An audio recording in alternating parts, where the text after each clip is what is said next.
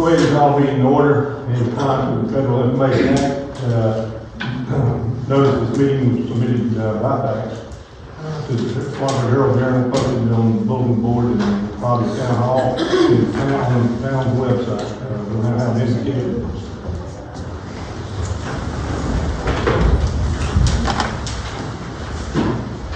Heavenly Father, thank you for this day. Thank you for all the blessings, Lord. We just ask you to be with us as we take up the town business. Lord, we just ask you to be with each and every one of us. May we do what you think is right, Lord, and what we think is right. And Lord, bless us, a town, bless everyone that works here, bless all people in this town. Lord, we just ask you to be with us, to guide us and direct us, and everything we say and do. I have and pray. Amen. Pledge allegiance. I pledge allegiance to the flag of the United States of America, to the republic for which it stands, one nation, under God, indivisible, with liberty and justice for all.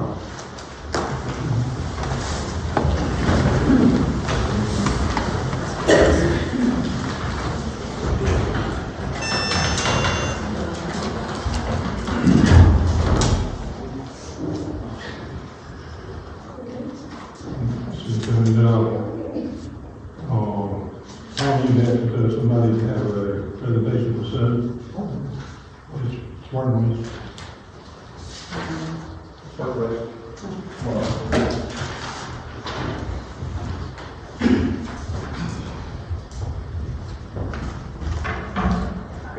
Hey, you know.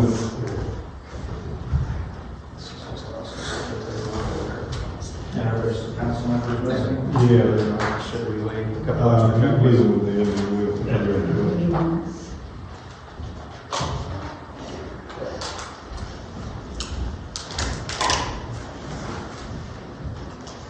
We certainly appreciate the opportunity to be here tonight. I'm Mark Nelson, I'm one of the owners of Spartan Waste. This is Dana Mason. And I'm Director of Development, and I grew up and born and raised in Union, so just right down the road. Yeah, unfortunately, I can't say that I'm a native of South Carolina. I grew up in Ohio, but I've been in Spartanburg for 17 years, and what brought me down here was for 10 years, from 06 to 2016, we owned what was Reflective Recycling, used to be the old Spartan Minerals facility next to the Vulcan Quarry, and I've got an incredible fondness and affection for my 10 years and coming to Pacolet every day, and great memories of Elaine Harris and visiting here in this complex and her being at our facility and everything else, so it's good to be back. But I think the main reason here today is just to introduce ourselves. I know currently you guys have municipal trash. You know, this is just to give a little bit of background on what Spartan Waste is. Spartan Waste started back in 2019. We started with buying a small local business called Billy's Trash, had 930 customers. We will be close to 18,000 total residential subscribers that we're picking up every week right now by the end of the year. We currently run 11 trucks every day, have 2 trucks as backups. I should tell you, I'm now 56 years of age, having had the other business where we had 15 facilities across the country and 350 total employees. I spent a year trying to figure out, what I wanted to do, and how could I give back to the community, which is how we built the other business. And, I looked at plumbing business and looked at trash business and decided this is where I wanted to be. And, we bought Billy's and just kind of planted our flag and have grown the business. I don't want to be waste management. We're kind of just looking to be best in class in a 40 or 50 mile radius. And, the whole mission foundationally for what we do is how do we give back. And I think as you guys are looking through the presentation, you'll see the various ways through our sponsorship of, every single high school booster club that's here in Spartanburg County, everything from the Charles Lee Center to Halter to, a whole slew of other things here. The mission isn't just to put money in our pocket. The mission is to give back where we can in the community that we live, that our employees live in, to just make sure that, we're doing our part to help out. So, the other thing that we've done is harnessing technology. Again, our equipment is all up to date. I guess 8 of the trucks were brand new when we purchased them. We take 5-year warranties on everything. You know, we currently do 5 different municipalities. We started off with Campobello. We do the city of Gaffney. We moved to Jonesville. Ann Queen, who's on council down there, her son Jeff Queen owns Spartanburg Fleet Services on Pine Street in Spartanburg. They're the guys that do all the maintenance work on our trucks. And then just recently this fall, we picked up both Cowpens and Chesney when Waste Management exited the market.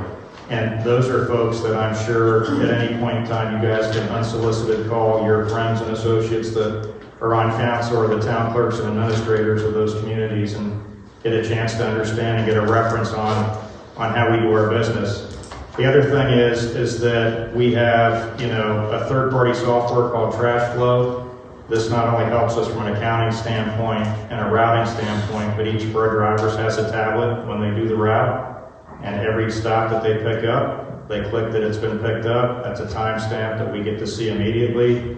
If a can by chance is not out because the homeowner forgot to put it out, a picture is able to be taken, and then again timestamp, and then if the homeowner by chance would call in the office and say, hey, my house was missed or the can wasn't out, if it's our fault, our driver drove by, we go back and get it. If the can wasn't out, we've got the documentation. If they need us to come back to get it, it is an extra charge, but we can do it. A lot of times we say, hey, can you just wait till the next week, and if you've got overflow, just put it by the side of the can and we'll get it. That's typically what happens. But it's just a way for folks to understand when they call in. We've got a front office staff, and, you know, Dan, I can let you kind of talk about that with how that happens when someone calls in and how we do things. Yeah. So I know taking over Jonesville, Michael, I was friends with him growing up, and he talked about all the headaches that they have in there from when someone was missed or whatever happened.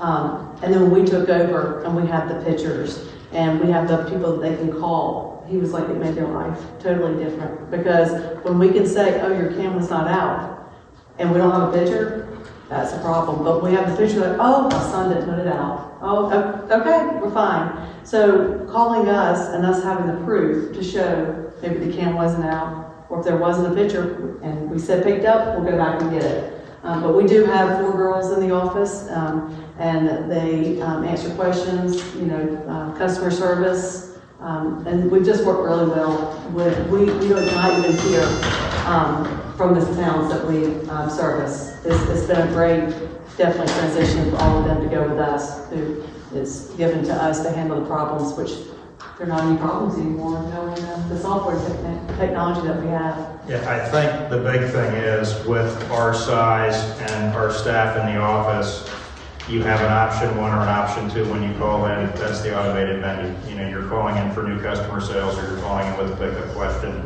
And if by chance somebody is on both lines and they roll into voicemail, they're getting a call back within like 30 minutes. We also can text people, you know, through our third-party platform, which also helps. The other thing that we did that I think is important to note, especially for a municipality, we have cameras on every truck. That's a forward-facing camera, that's a driver-facing camera. It documents everything that driver does in the community. If someone says, hey, you know, someone was left a center, someone ran a stop sign, whatever else, you know, we take all this stuff very seriously. We get notifications from that technology to say if something's happened so that we can deal with the driver in that situation. But it's just another form of protection in this situation for not only an individual homeowner, but in this situation for your community. And then I think, you know, the final thing is when you look at the communities that we serve, you guys, obviously your budget's public record, and I understand kind of where you are, at least just on that front for your trash. You know, for a community this size, if you're doing yard waste or whatever else, you're probably going to be, you know, annually $168,000 a year, you know, at $14, you know, per can. You know, if you're $15 per can, I'm just using 1,000 cans as a baseline. I don't know what the actual count is. You know, you would be up to $185,000, but that would be for both yard waste and weekly pickup, you know, on your residential garbage. And, you know, I think that kind of is it. You know, the other thing, we're 10 minutes away, so we can come back at any point in time. Our contact information's here if anybody wants to call or email with questions. You know, we're certainly not anticipating you guys saying, hey, we're gonna be doing something in 30 days. It's just here to introduce ourselves, basically, tonight. questions? Yes, how many, your one truck or whatever trucks you have, how many would they pick up per day or whatever? Depending on the route, if we've got direct concentration, and that's efficiency for the driver, we can, get up to maybe 700 stops on one of our larger trucks. Currently we're doing cow pens in one day with 2 trucks, and it's taking both drivers, they're basically in cow pens for 5 hours each. For Pacolet, for the size of your community, we would put 2 trucks in here. Service would be done on one day. Everybody would be picked up on the same day. It wouldn't be a question, my day's Monday, my day's Tuesday, my day's Wednesday. And, that's the way it would work. Do you see any issues with the cans the town's using? No, as a matter of fact, we use the same manufacturer for the cans. And when Gwinnett was here as the town administrator, we had had some discussions when, this was also being considered when you guys bought your last new trash truck. And, and so, no, we'd be perfect with the equipment that you guys have. And you were anticipating, was it 185 for like that? Was it 1,000? That was just doing rough math on not knowing how many cans you have, and I was just speculating that if it was 1,000 cans, which I think is probably pretty close if I remember from. Is that the yard waste and trash pickup? It is. Trash pickup. That's everything. What would be just the trash pickup? Trash pickup would bring it down some, and you'd probably be in that $13 to $13.50 per month range. So that would be closer to about 160, 170. Right. Okay. And I think, listen, I'm highly sensitive to municipal budgets, right? It has to work for both sides. This isn't just one side of the table here. And, we deal with obviously increases in insurance cost and fuel cost and everything else like you guys currently do for running the community. And it's trying to give a fair price for exemplary service. And again, you're in our wheelhouse. Spartan Waste is never going to grow beyond 40 to 50 miles, in a radius. This is all we're going to always be. Anybody else? Would you do the churches for free?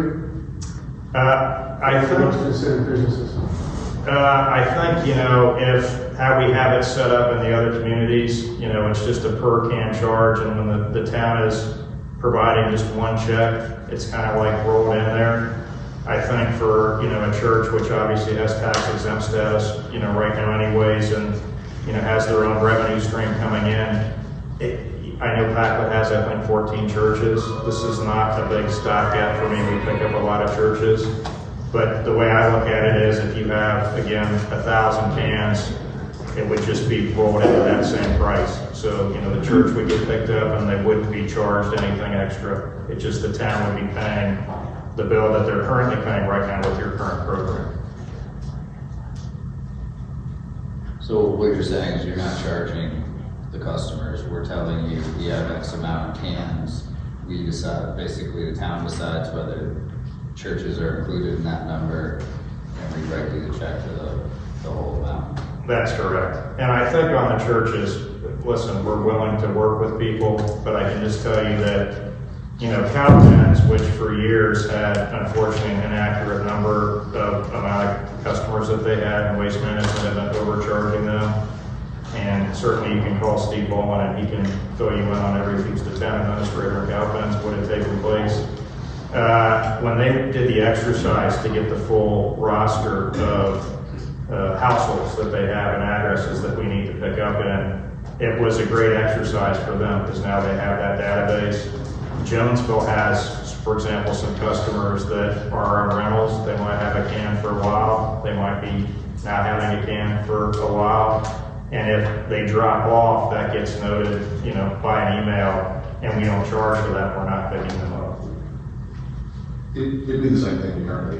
The churches isn't charged right now, but the town covers that cost by picking it up, and so it'd be the same thing.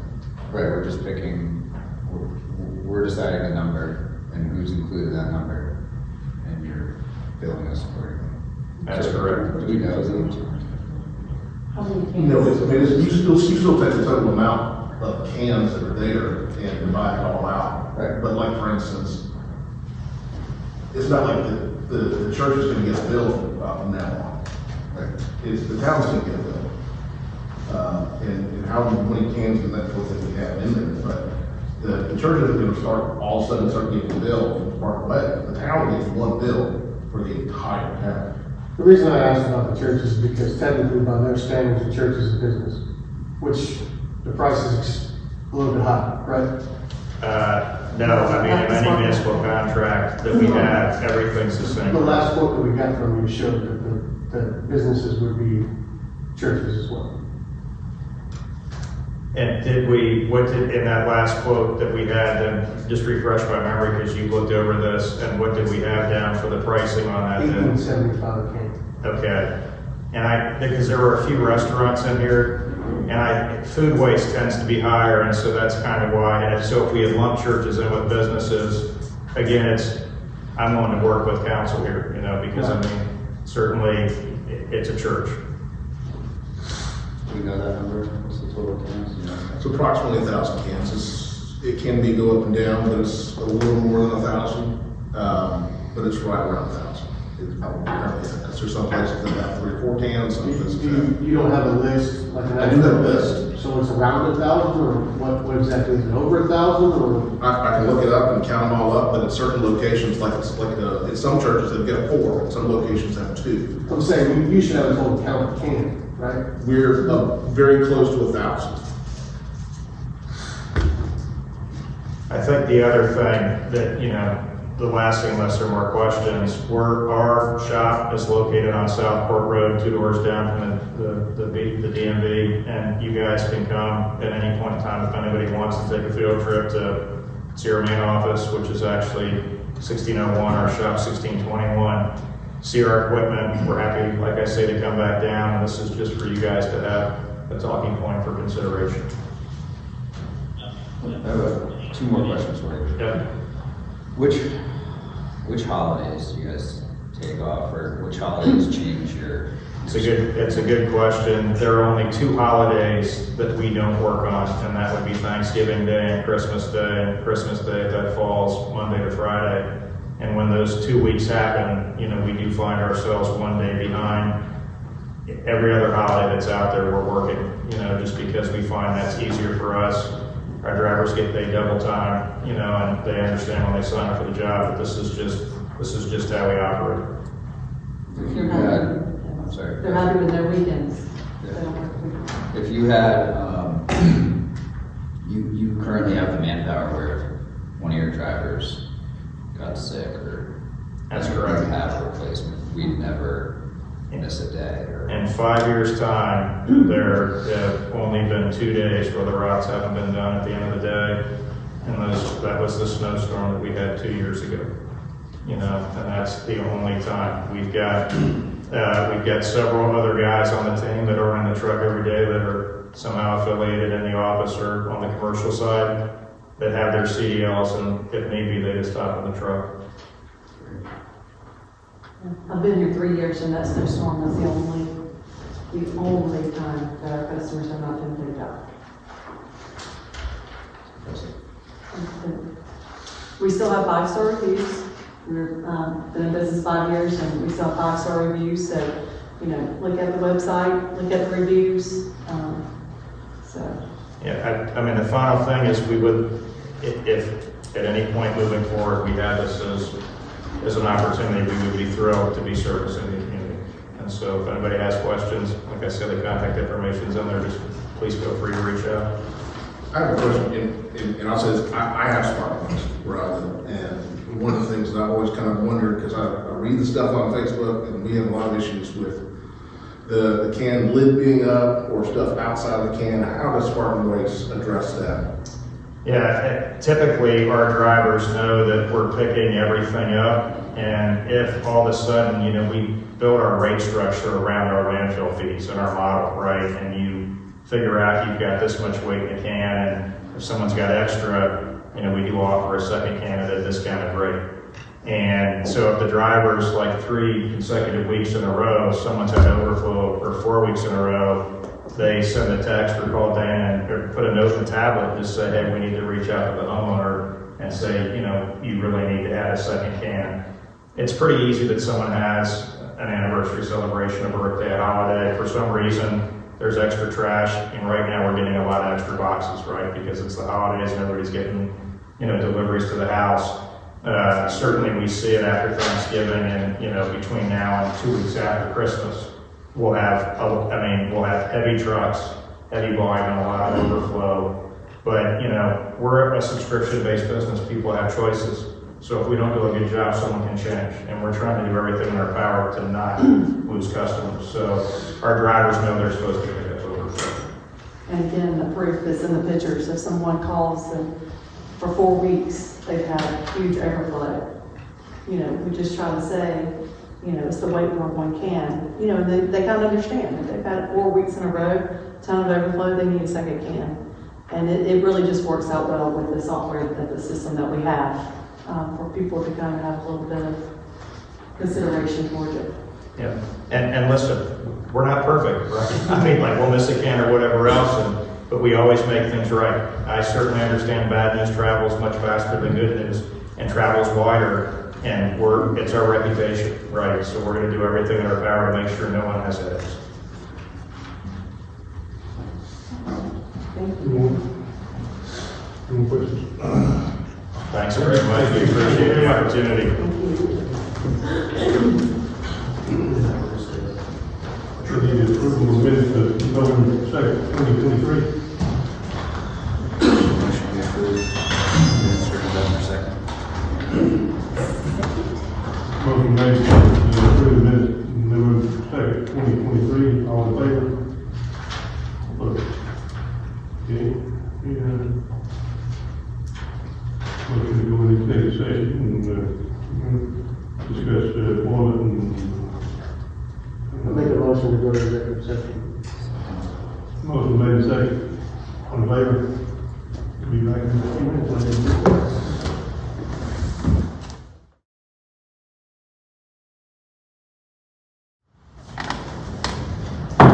We're probably back in order.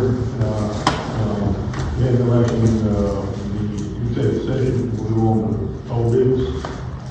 Consider second reading of ordinance 2023-05, approval of fee schedule for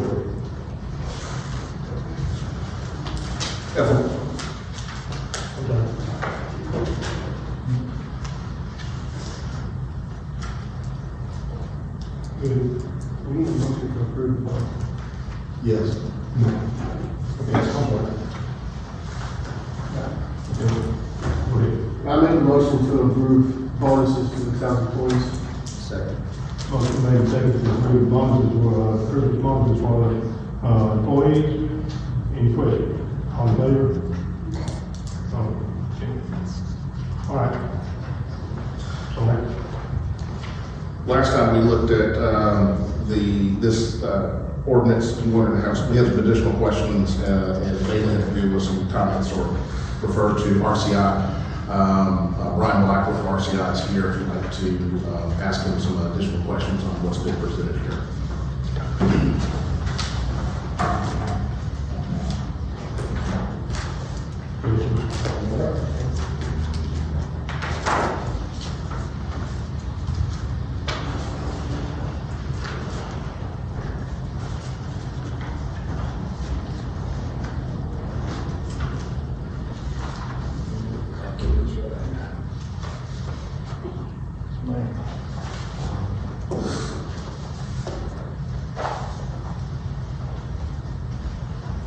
In this section of the approval of the second reading of the ordinance, section 6.1, has to read the fee schedule. Right. What is this right here? If you would, turn to page 5 of that document.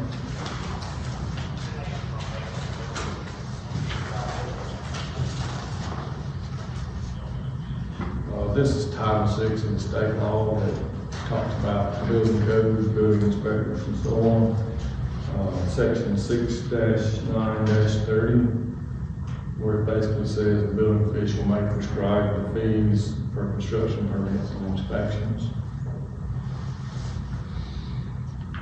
Where's that at? Page 5, there's several highlighted ones. Section 6-9-30. It's in the first one. A. Yes, thank you, correct.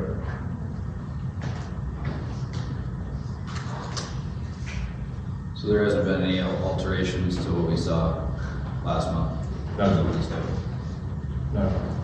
No, we had, the reason I suggested all this is we've had a year to basically look at Pacolet and determine its needs. And we brought it before you guys, just to make you aware, by state law, technically we can prescribe fees that are reasonable. When you say prescribe, what context do you mean? Webster Dictionary.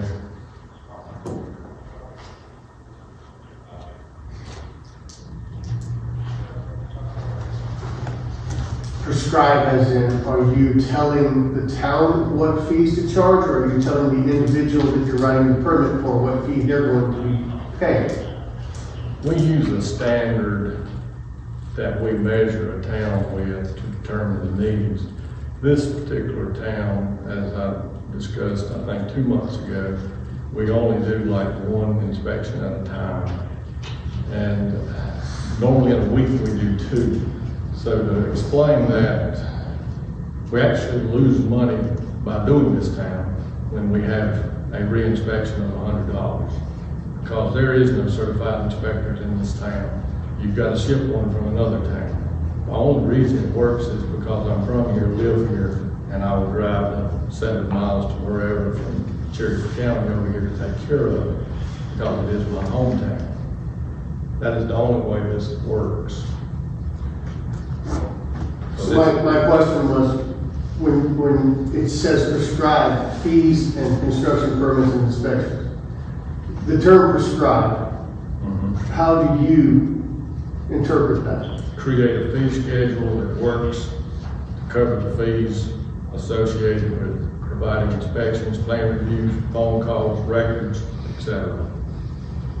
Insurance, errors and omission, workers' comp, general liability, the whole 9 yards. For your business? Yes.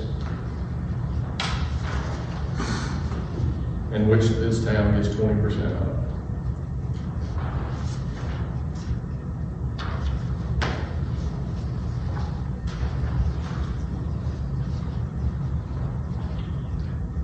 So for a fee of $100, you're saying you get 80 and the town get 20? That's right.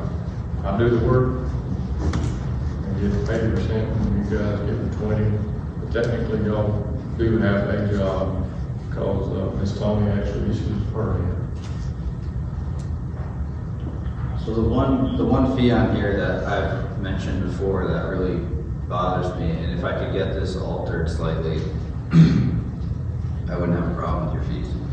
This first fee, construction costs 0 to 5,000 is a $100 permit fee. So I know like it seems like a small amount, but in principle, if there was a $50 construction cost, it should be charged 100 in fees. I would love, and this wouldn't change anything for you because this would not be additional work. If it was 250 to 5,000, 500 to 5,000, then Yeah, I get it. that would be more Absolutely, and stomach that. I have suggested that. I think it should be $1,000 minimum that does not require a permit, because you cannot hardly do anything. Right, yeah. Today for $1,000. I agree. Yeah, so far as I'm concerned, anything under $1,000. Matter of fact, Don is here tonight, Don Jones, I have no problem with any of these fees other than that one, if we can make that alteration. he reported the job today, they're putting in 2 windows, that's keep going.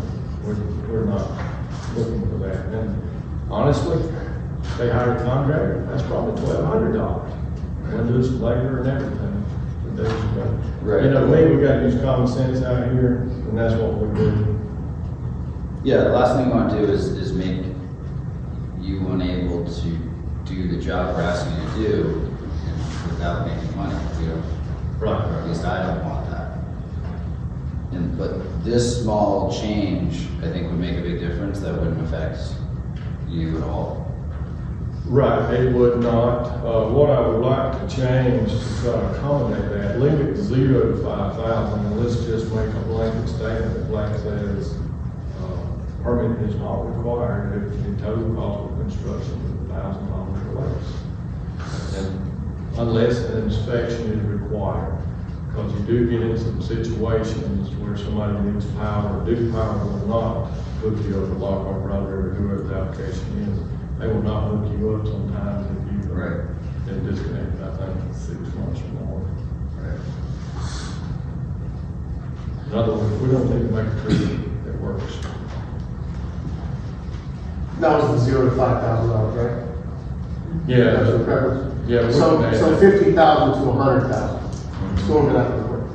So on your schedule, if you do the math, at $99,000 is $1,212 for a permit. I don't know if I got scheduled with me. Well, I've got something different. Yeah.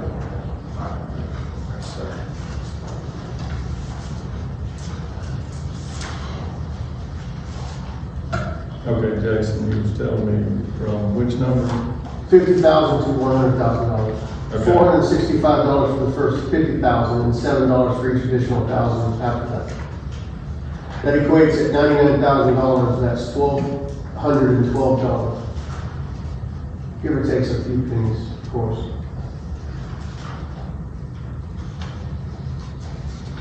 The same $99,000 with Spartanburg County would be $474. I believe that. It'd be $32 and you can see. My concern is Well, raising the fee schedule to accommodate a contractor of ours so that the citizens of the town have to pay more for permits so that we can accommodate the contractor. tell me your math again. It's not adding up for me. $465, 49 times 7. Okay. Both of those together is 1212. Times 49 is 3. All right, I got 7 times 49 equals 343. Plus 465, is $808. And then the plan review is always included in that, so then that's 50% cost. Well, that's there is a plan. Right. A $100,000 job, $99,000 job is gonna be a plan, I'm sure, right? So then it's a 50% fee to review the plan. If there's a plan.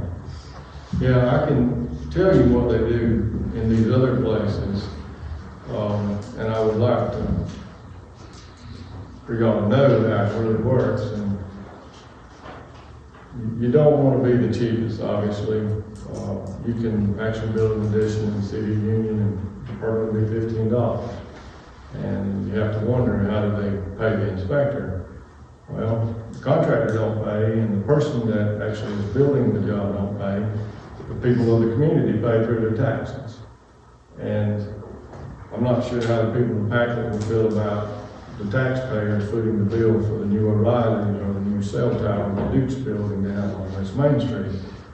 That's what's happening in these towns that have extremely low fees. To me, the fees should support the industry. It should do what it's designed to do, to cover the inspections, cover the plan review. I don't think the taxpayer should be taxed with having to pay for whomever's building an addition or a new home all over town. So what exactly do you mean? So the taxpayers would be taxed additionally? That's how it works in other towns. If Spartanburg County was doing our building inspections, then they would pay a higher tax? No, they charge such a small amount, it doesn't cover the building department.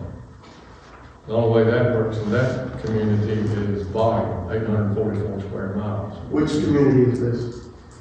This is back, are you talking about? The one that you're talking about? Oh, that's Spartanburg. Okay. 844 square miles, that's, 2 months ago, I explained to Ms. Sexton, I didn't think it was a good idea to compare ourselves to Spartan County. Right, 2 months ago, you explained to Ms. Sexton also that you had to charge these rates because you're a smaller company, you don't have as much business. So to be able to function, you have to charge these rates so that you can still make money doing it. You said that at the council meeting. No, I don't think so. I think we're comparing apples to oranges here. The benefit of RCI is the level of service far above Spartanburg County. Spartanburg County is cheaper, but you're twice the waiting, cost for the citizens of this town. It's twice the cost. you're waiting much longer for inspections, and inspections are subpar. Spartanburg County's inspections are subpar. Oh, yeah. Very much. It's a bold statement from the council. And actually, too. That's just a fact. It is Because a I've fact. used them, and I work in home inspections. RCI is gonna be much more thorough, and he's gonna act quickly.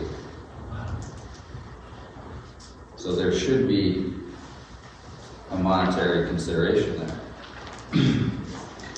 I took the liberty of looking at CC&I also. CC&I has a system of their own, and we had a quote from them last year, and their quote was $75 an hour, whereas RCI was $50 an hour with a 2-hour minimum. And CC&I has their own system, so the permits are on their system, you can research them anytime, and they actually use Spartanburg County's fee schedule. No change, it'd be Spartanburg County's fee schedule exactly the way that it is on there. And that's a separate company, so you know, they have their own employees that would do the inspections as well. But using a half the cost fee schedule. Did you see the research I provided you? Actually, Patrick emailed every one of you guys to show that they're charging for. Was it this? I don't know. That's what I just gave you, I think. Yeah. That's all state. I would have That's time what to the next. do any of that. Y'all need that in a minute, just hang on with that. Yeah, I provided y'all research showing the comparison. It was within $100, and they were being abusive to contractors to the tune of $1,100 for inspection. The email that told us to review the simple math? Yes, Is that the one sir. you're That would talking be the about? one. Yeah. Yes, sir. So that's your comparison. Even though it says half, it don't add up. The math is not that. When you charge for 4 permits, we simplified package layout and formatted it to where only one person could come in and pull that permit for the entire house instead of making all the contractors come in or separate individual permits, which that is how CC&I makes money. I think it depends on the inspector and who's actually doing it. I'm not here to talk about CC&I.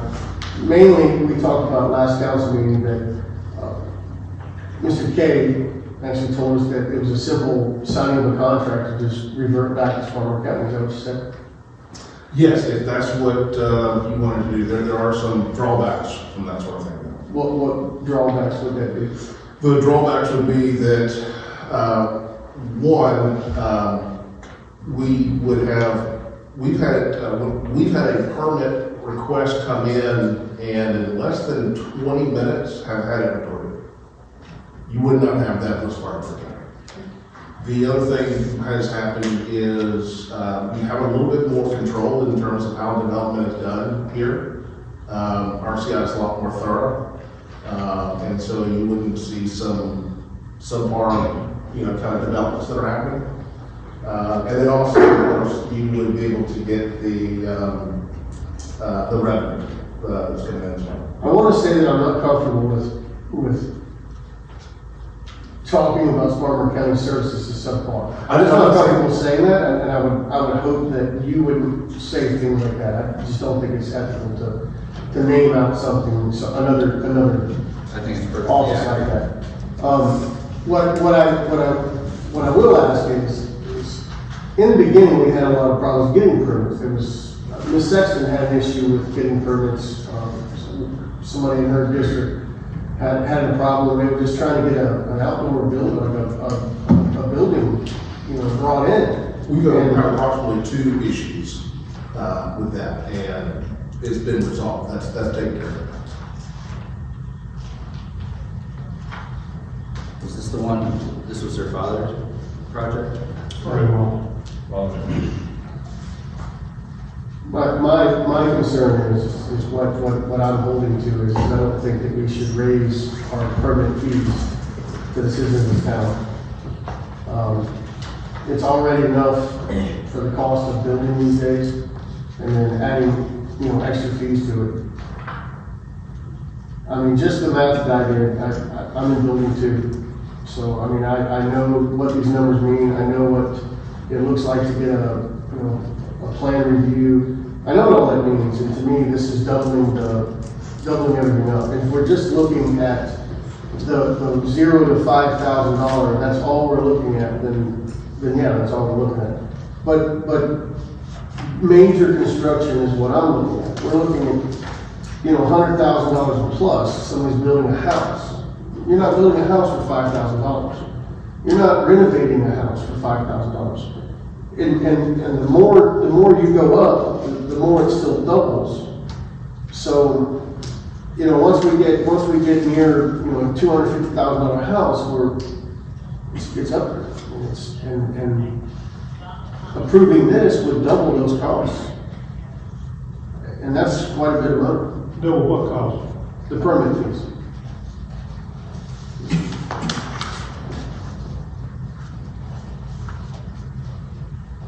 What I don't want to do is, I don't want to raise permit fees and nobody wants to build a house in Pacolet anymore.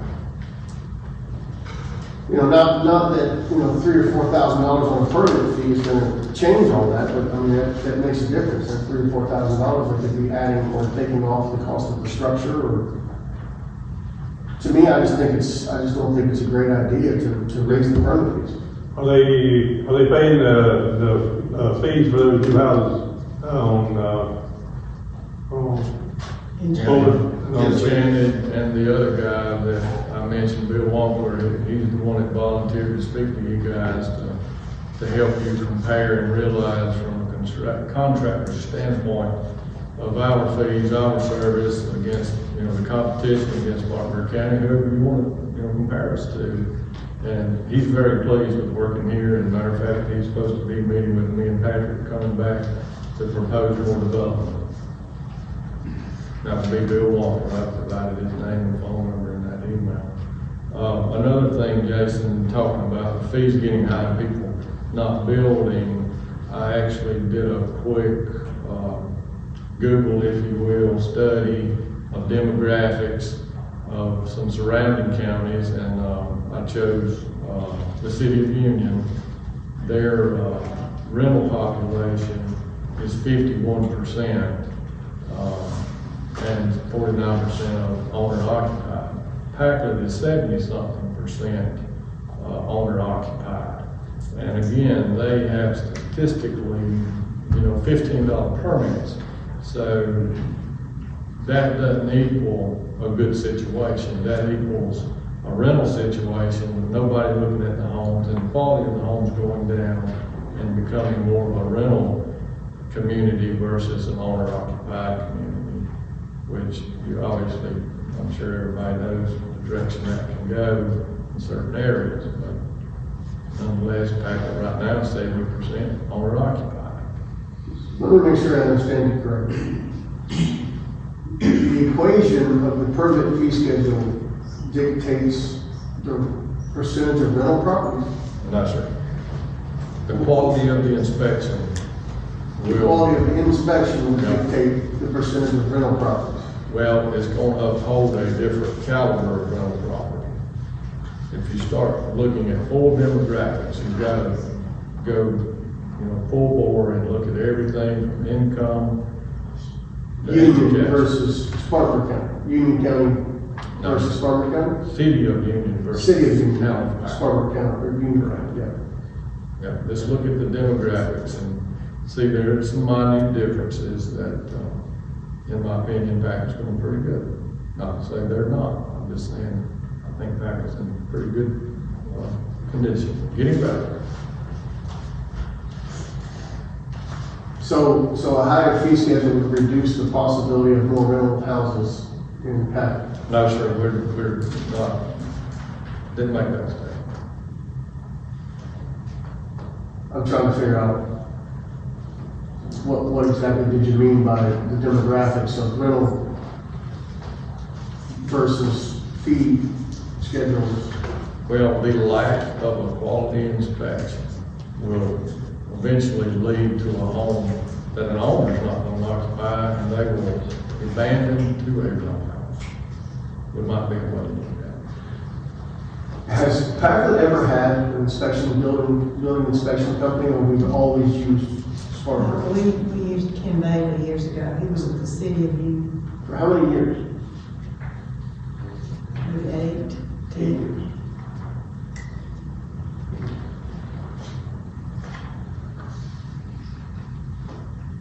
Did we have a fee schedule back then? Was it a different fee schedule than what we have now, or did they just use Spartanburg County? I don't remember. I have to look it up.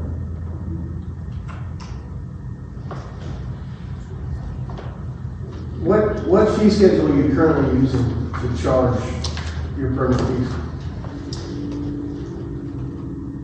The previous one, I haven't actually evolved to this one yet. The previous one? So there's one that has been approved, or It's the one I prescribed. you prescribed? Yes, sir. Okay, so the That's law that you're referring to, the building official or appointing authority may appoint and employ other personnel and assists necessary to perform the required inspection and duties and may prescribe fees for construction permits and inspections. Okay.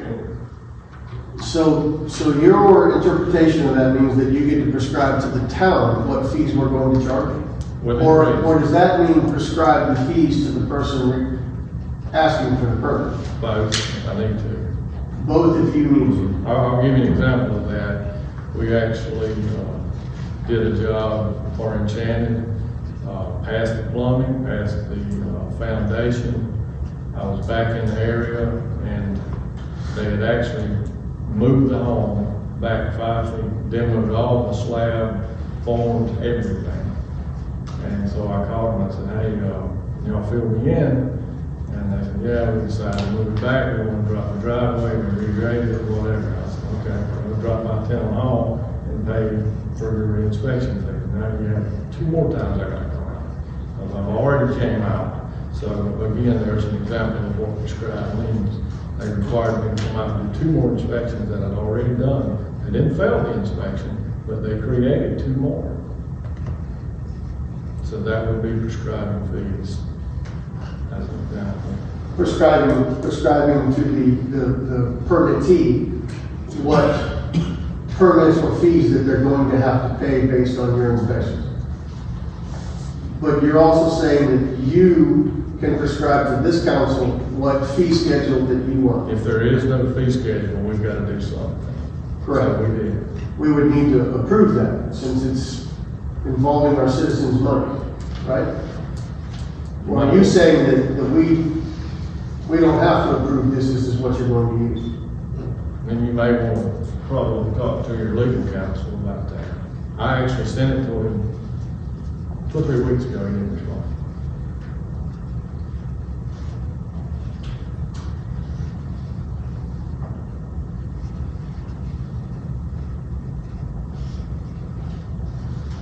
I'd like to make a motion that we amend this first fee from 1,000 to 5,000. I think the wording is just simpler to do that. Okay.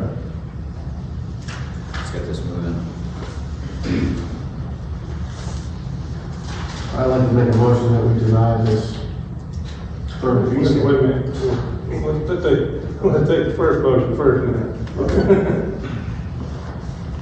Before we get all of the motion here. We're gonna amend the fee schedule in first line, 0 to 1,000.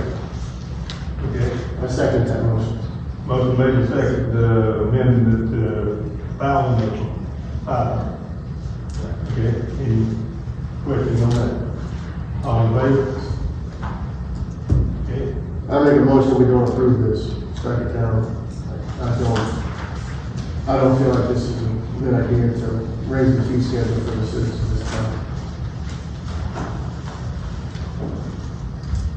Need a second?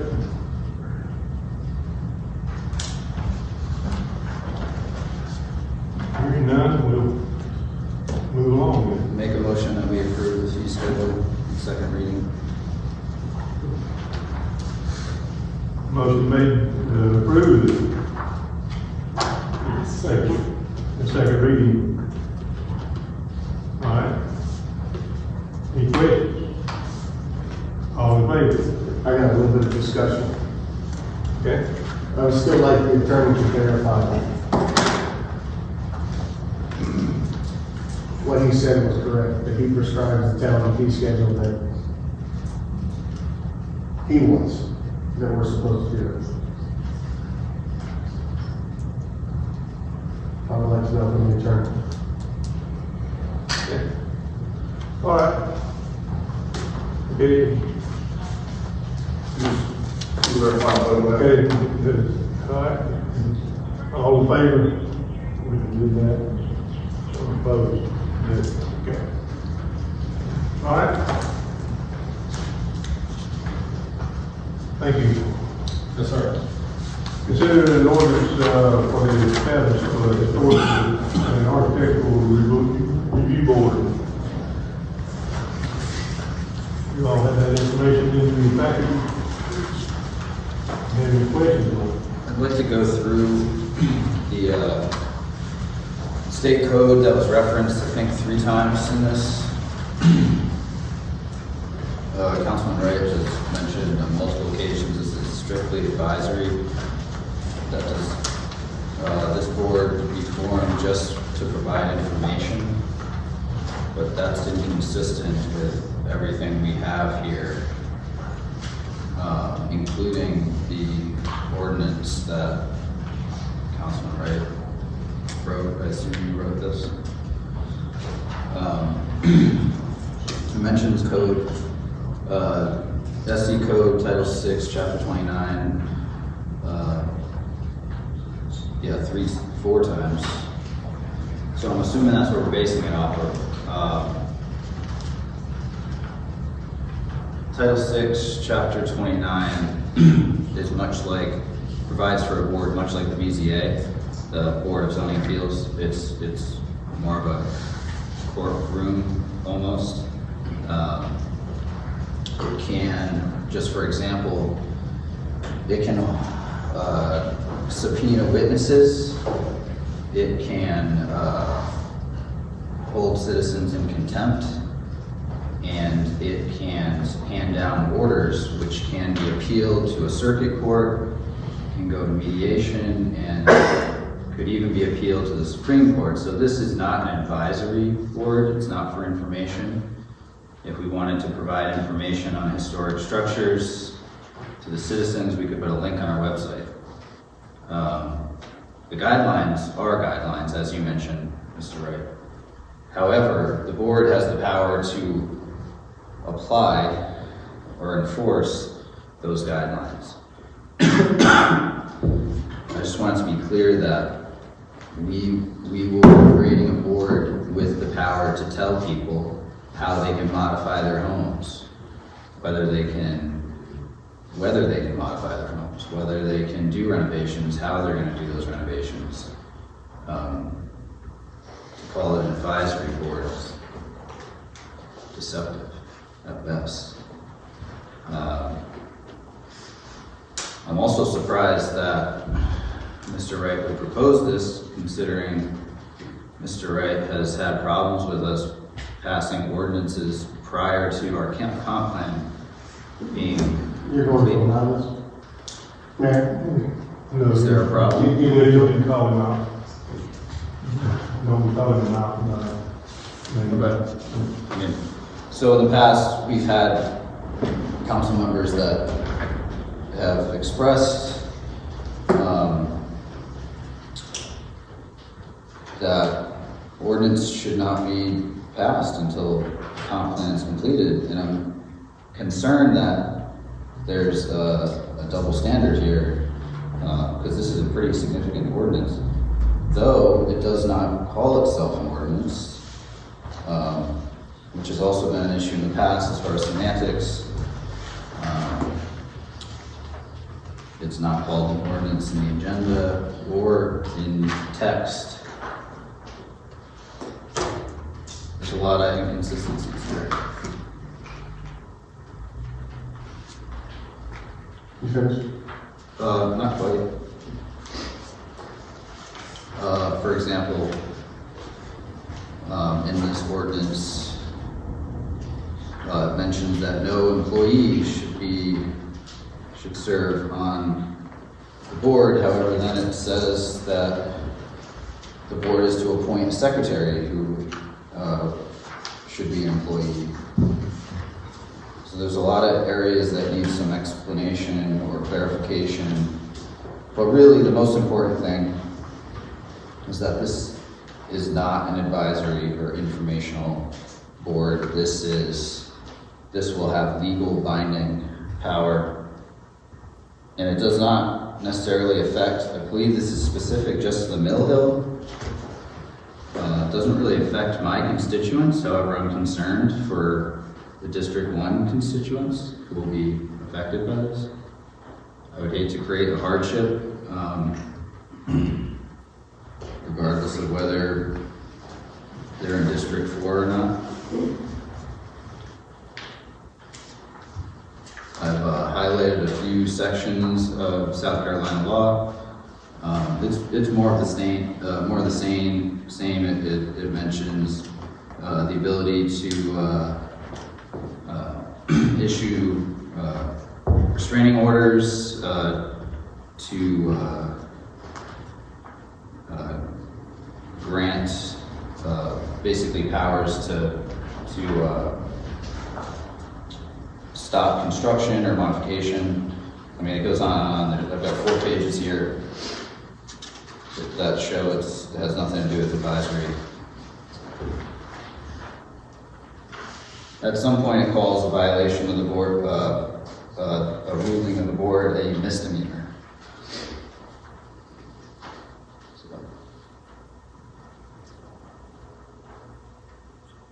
That's it for now. So specifically, it's section 6-29-880 of state law, which deals specifically with historic architectural review board. This is something that constituents of mine asked me to put back in place because they were concerned about the buildings being built without, abiding by the historic architecture that's already in this district. Stone Street, there's 2 houses being built that are small, they don't match. That was the main concern. Constituents of mine reached out to me and said, hey, what can we do? What about this review board? The review board, the law says the Board of Architectural Review has powers involving structured neighborhoods as determined by zoning ordinance.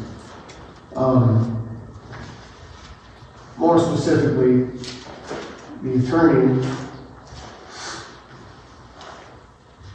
told me that the powers of the board are defined by the ordinance that council passes to create the board. Which means we have to have an ordinance for this. The ordinance for this is something that the council would have the opportunity to review the statutory construction of it. And if we build the ordinance that removes any powers and is strictly guidelines, our current zoning ordinance refer to as historic architectural review board. And already we have bypassed that and houses have been built because we just simply didn't have them. And our zoning administrator just approved them because we didn't have the historic architectural review board in place. So technically we're already breaking our own ordinances by not having it. The ordinance says that we should have it. All I'm saying is that we should establish a board and then review the ordinance and and give the review board its guidelines with the ordinance that we already have.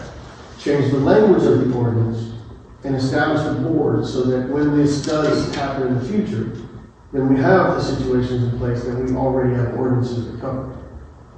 That way, next time, when this happens, we don't just approve it without even talking to council, we just ask the review board to convene, have them look at the zoning ordinances and then make a determination with the guidance of whatever we say. Whatever we decide to put in the ordinance, then that's what we would do. What if they don't agree with it? That the homeowner doesn't agree with what our, people think? I mean, what happens then? The historic board is there for guidance at that point. It's really just there for guidance. Our ordinances currently say that you must go to the Historic and Architectural Review Board before you do something. Mm-hmm. Am I correct, Patrick? It's been there, but you don't have a board. But what it says is that it must be reviewed through the board first, right? And have not been following that for years. I understand that, that's fine. What I'm saying is that the ordinance currently says that there should be a board and that it should be reviewed through that board first. We need to, if that's the case, and I'm not totally against a board, especially for new construction. It's the people that have lived in the Mill Hill for years, not having control of their existing homes. Now, if you really want a board for advisory, we need to take out Title 6, Chapter 28, the 4 places it refers to it in here, especially Section 3, where it does not mention a subtitle. 870, it just mentions all of Chapter 29, which gives it vast powers. They can enforce it. You can be fined. You can be held in contempt. So can all of that language just not be removed? And then We just, need to remove that, and we need to add that it's for advisory and informational purposes only, if that is your intent. I don't know who would sit on such a board, because we're gonna have to have people with training just to show up to say, yeah, your porch should look like this, and then they're gonna go build whatever they want, because it's only advisory. I don't know who would meet every month for that. It seems like a waste of time. I'm huge on historic preservation. I'm also very big on limited government and not having control of people's homes. I think Pacolet can get there, but we're not there yet. I don't think the property values are in a place where we can be telling people what kind of siding to put on their homes. I don't think Patrick's ever told anybody what siding they can or can't put on their homes. But they would be able to do that with this.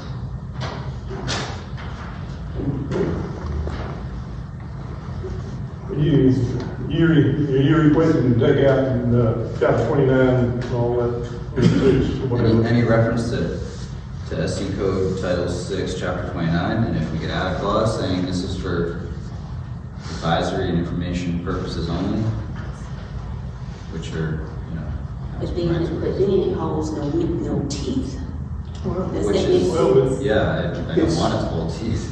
Number one, this is more for providing people with the opportunity to get grants, things like that. So, if the homeowner is concerned with maintaining the historic attributes of their house and getting grants, things like that, then it helps to have a review board, historic review board, and then that review board would also help them get grants, things like that. It's basically just having the advice now.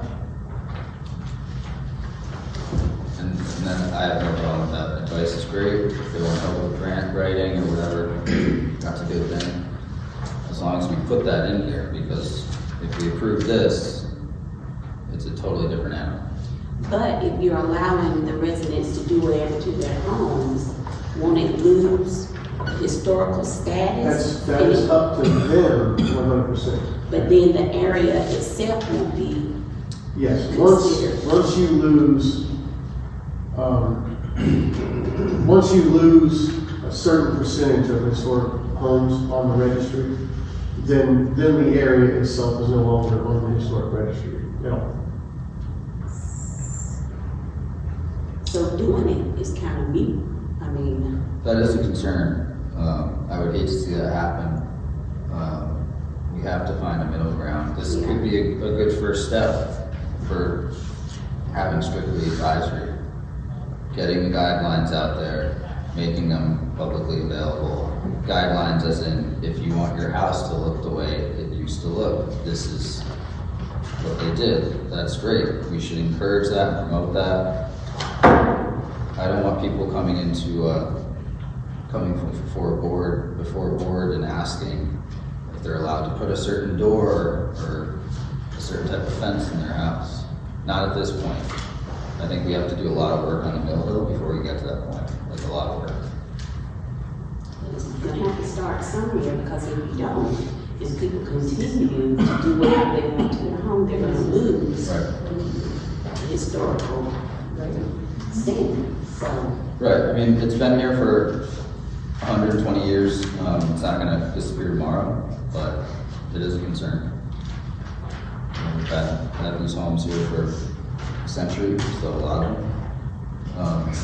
If we wanted to do a board that reviewed just new construction, that would be a good idea.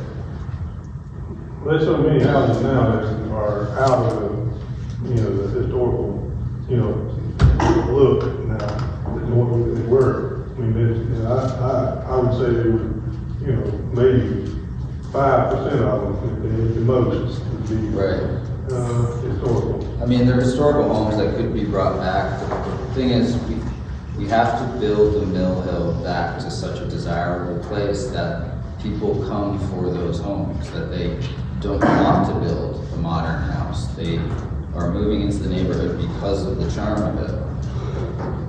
We have to create that desire.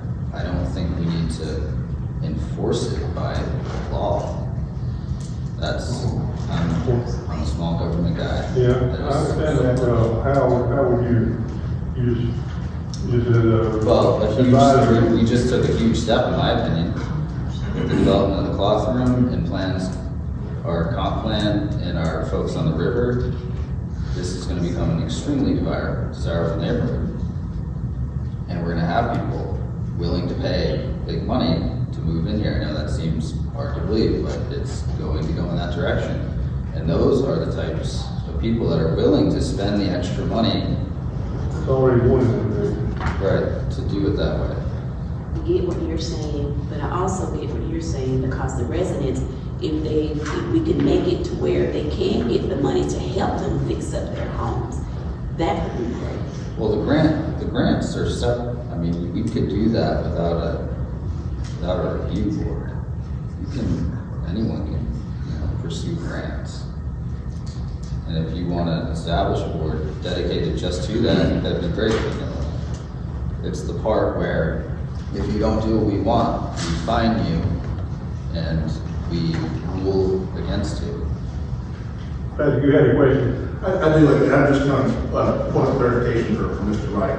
I've worked in 5 states with state historic preservation offices. I am unfamiliar with any type of grants that are available for private property owners for their private homes. There's plenty of stuff out there for significant homes of value or for commercial structures that are out there. But it would be news to me, and I have never heard of any state or federal organization providing grants for private property owners just for their homes, unless there's significant value to that particular grant. The other question I had on there, because I'm unfamiliar with this as well, I've never heard that if you do certain types of construction onto your property, that you automatically be taken off of the registry. I've never heard of that before. No, they evaluate the structure periodically. When do they do this?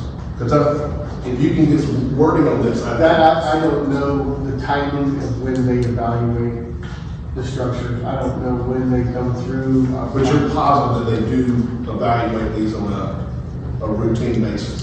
I don't know either. I just know that they came through and they've evaluated I think it was requested when these houses were placed on the registry. I think it was requested that they came in and. But since then, they have not come back, since they first originally put it on the.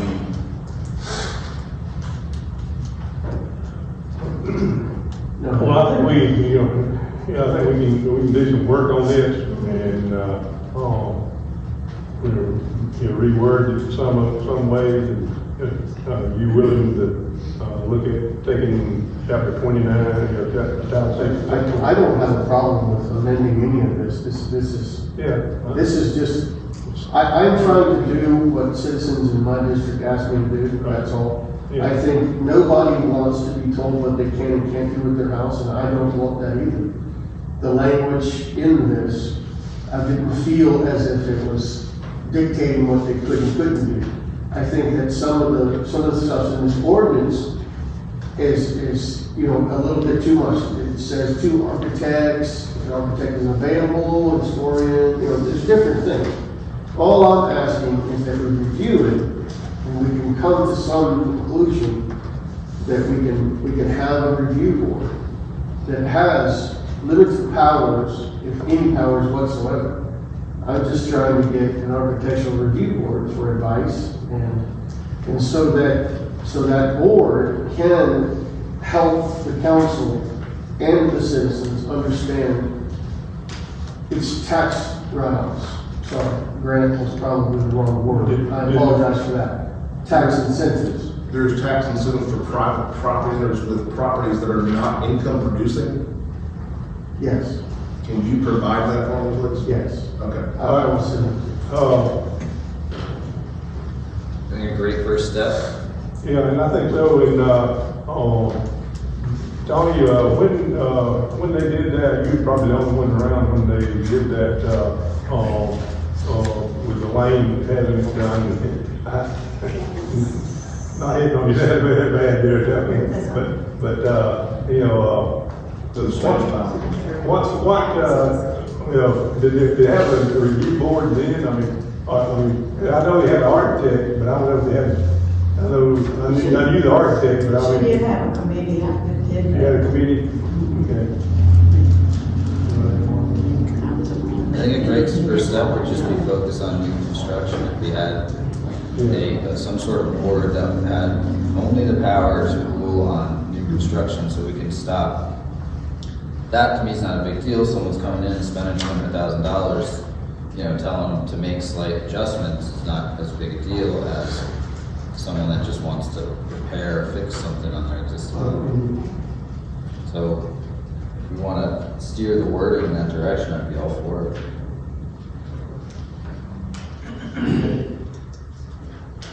I can rewrite this. If there's portions of this that are, untastely for any of you, let me know, and I can amend them and change them. I think there's some changes that need to be made to it. That's why I brought it here, and I've been bringing it here so that the council can review it and bounce off some ideas, not to have a harsh conversation, but to just basically give me your idea of what you would like for it to look like. I'm just trying to help the citizens in my district. I don't know that there's any historic houses in the rest of the town.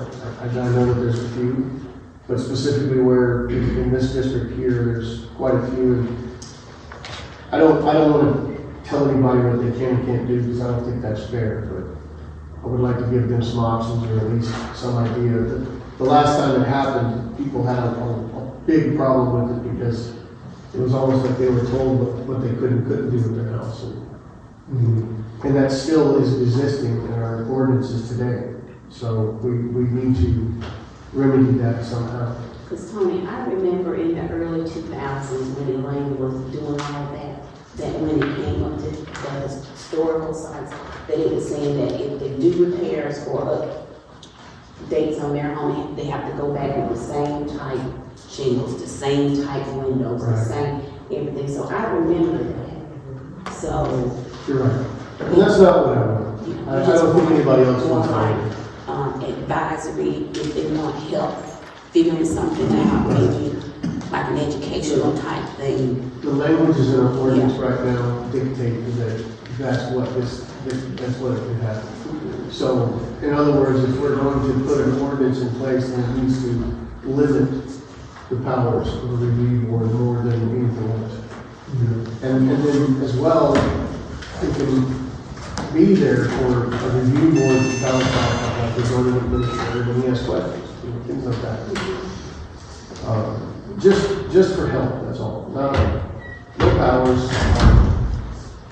I think we can work around that and get something, definitely we can go with. I think that's a good idea to, look at it and, bounce it off everybody.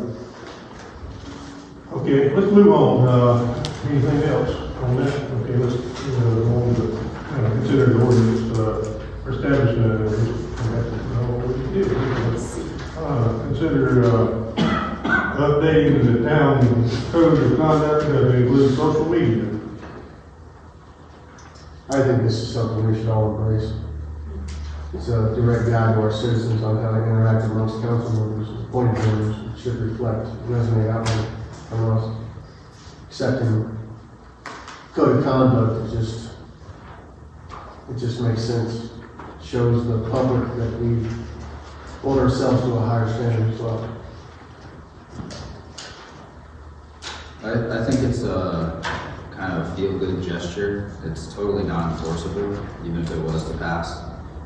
There's sections, I don't have it in front of me, I meant to bring it. I thought we'd have a copy here, the proposed copy. There's wording in there that says, like, we're not to make negative comments, and that's like 50% of our job, is to unfortunately discuss things that are at times negative. We've seen that tonight. The biggest, and I've been one of the most publicly criticized council members on social media, and that's uncomfortable. However, that's politics. We need to be able, to criticize ideas and actions that deserve criticism. I will defend anyone's right to tell me I'm completely wrong, and even if I don't like it at the time, I put my hand on a Bible and swore an oath to defend the Constitution, and this would be a violation of the First Amendment, in my opinion. Sometimes negative things have to be said, and I think the Constitution is more important than anyone's feelings, unfortunately. And this is not to say that I wouldn't redouble, my efforts to stem my own interactions online, but I can't in good conscience, having sworn not just before this council but God, that I would defend the Constitution, and this is, in my opinion, a violation of the First Amendment. So I can't. I disagree. My thing, the social media thing, we are council members, and I don't like, if things are being said about us on social media, we do not have to engage. You understand what I'm saying? I'm never on social media. People can say what they want to say. I am not going to engage with citizens. They can say what they need to say about me. I'm fine with it. I was elected to come here and serve, and that's what I'm going to do for the town. I'm not going to get on social media with a lot of back and forth. I think it's unprofessional. A lot of times it's childish. We're all adults, and I think we need to learn to be able to take criticism and not respond to it. That's just my personal opinion on it. I don't have a problem with us having a code of conduct as far as social media. Even though it can't be enforced, I know that, there are no consequences if you do respond to social media. Am I wrong? Are there consequences? I'm under the impression there are people that are trying to move it in that direction. And I think there's step one where, yeah, if you don't like, I don't like the idea of speech control in any way. So I think we're moving that direction where, oh, this appointed person or this employee or this elected person said something inconvenient that hurt my feelings and I disagree, so we need to take action. I think we are moving in that direction. But there's nothing in place to say that action can be taken. If there is, I have not seen it. So just having a code of conduct for social media is just saying we agree to not present ourselves in a negative light on social media. Am I wrong? Is that basically what it's? You're correct. Yeah. You're correct. It's just a statement of our personal conduct and the way that we perceive, Yeah. And the way that we're going to act in front of our citizens and help them understand yeah, what civility really means. and I'm for that. I'm for it too. The problem comes when who interprets, if I say, I think you're totally wrong on that, and here's why, someone could interpret that as, oh, that was negative. That offended me. Who interprets that is the problem. That's where you get in that slippery slope. And I think we should be professional, but I don't think we should be attempting to control speech in any way. I made an oath not to violate any of the Constitution. I believe that if it doesn't violate it, it may lead to violating it someday. It may be, it's really close. I make a motion to approve adding social media to telepath code of conduct. I second. Okay, motion made and second to add the social media to code of conduct. Any other questions? Any other comments? All in favor? All opposed? That's it. All right. Consider second reading, Mayor, did you vote? I vote.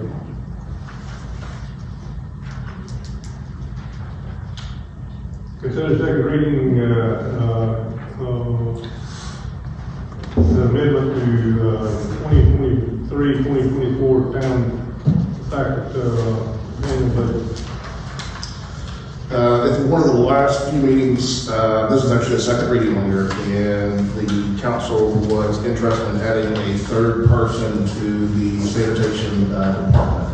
I believe it's going to add another $45,000 onto the sanitation budget, and so I had to show where that money was going to come from. And so in there, $45,000 is going to be coming out of the general fund. So I just increased the contingency amount that's on there. So that's where that's showing. So this is, you've already had one reading on here. This is the second reading to approve that budget amendment before we hire someone. I would like to, in light of our presentation by Spartan Waste, table this till we get some more information. This is going to put our sanitation budget to almost $210,000. We're altering the budget specifically to hire someone just for sanitation, right? Yes, it's you currently have two people on sanitation. This will be adding a third person to that group. So we know now that we can get the same job done for about what we're paying now. I would like to get some proposals, quotes to see if there's other, I don't know who we solicit, but other waste management companies, see if that's really an accurate number. You have to do something similar to what Calvin's just recently did, because they had a situation where Little's Waste Management left. and they had to find somebody, so they had to quickly put out either RFQ or RFPs to be able to find somebody. I would like to see some RFPs. Is that something that, how long do you think it would take to solicit that and get good response? It's really all up how fast the council wants to do on this. I mean, it would be something you send out, for something this significant, I want to make sure the council has thoroughly read RFP, RFQ, whichever direction that y'all want to go on this. The ACOG works with us on there. We may look at what CalPens has actually done. And y'all may, this is my suggestion, if you go this route, at least wait until the next fiscal year that you put it in place. That's why I was going to suggest, if we don't do anything, we just wait on the,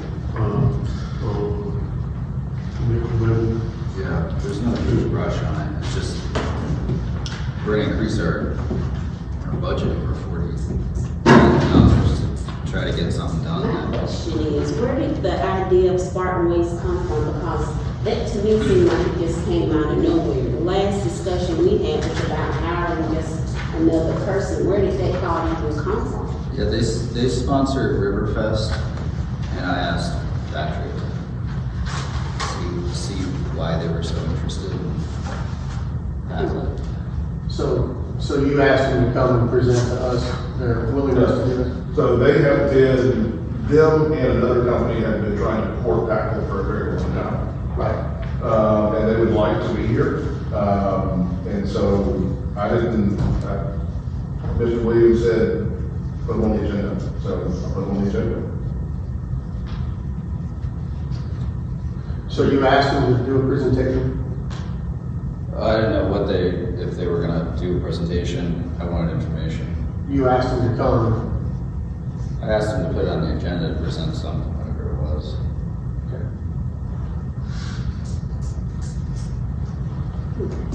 all right. Information's good. I mean, the town, we all know that the town is generally dissatisfied on a lot of occasions with their trash service. And if we can get it done all in one day for the same price with, Did you make a motion just now or not? I mean, I don't know. well, we're on budget items. I'd like to make a motion to table it, actually, until we get RFPs. The budget amendment.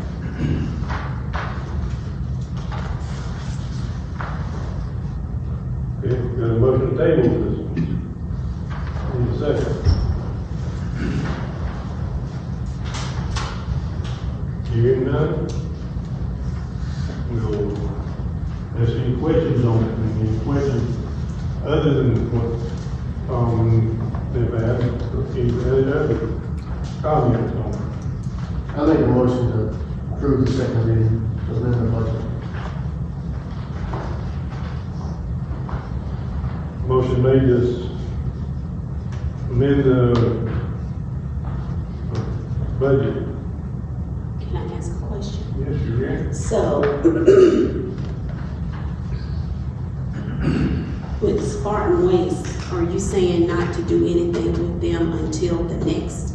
Well, what Tom was suggesting, and, I thought, any of this, I think we ought, to, wait till the budget year, when we do the budget, to add anything to the budget, like this, this amount, and,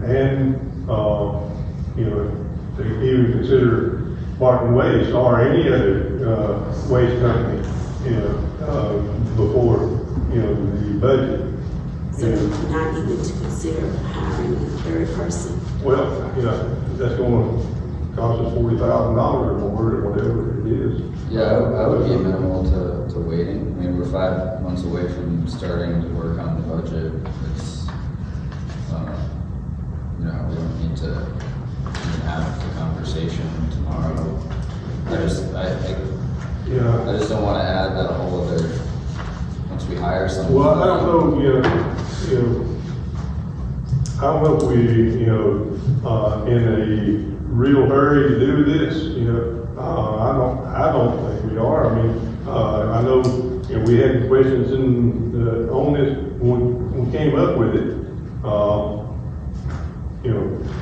But my question is it really gonna help? It's not gonna help. We just, I don't wanna get into any, personnel or anything, but, if it's gonna help, then I don't know if it is or not. But, I think, we should, look at that perspective and say, look, we're going along all right now. It could get better. We can get better. We need to get better. And I don't know. I just don't know if we need to, make this. I agree, we should just wait for the new budget. That's the reason we have readings on these, so we can discuss it and come up with, if we need to do anything that other different. Like Jason brought the information about the other item we went over. We discussed it on the first reading. We discussed it now, and we had time to look over. That's the reason we bring these ordinances, and we have different readings, is because you get to look at these things. You can't make a decision when somebody comes in and says, this is what we want to do, and we don't get to discuss it. We get to discuss this information. We can make more decisions, more credible decisions, and that's what I think this procedure does. So Jason's made a motion to accept, to amend the budget. Do we have any more questions or any more information? Just one question, I just want to make sure, if we end up hiring this person now, and down the road, y'all end up, I just want to make sure that we understand what's going on. If we end up hiring a person now, and then if we end up going in a different direction, are we hiring someone for 6 months?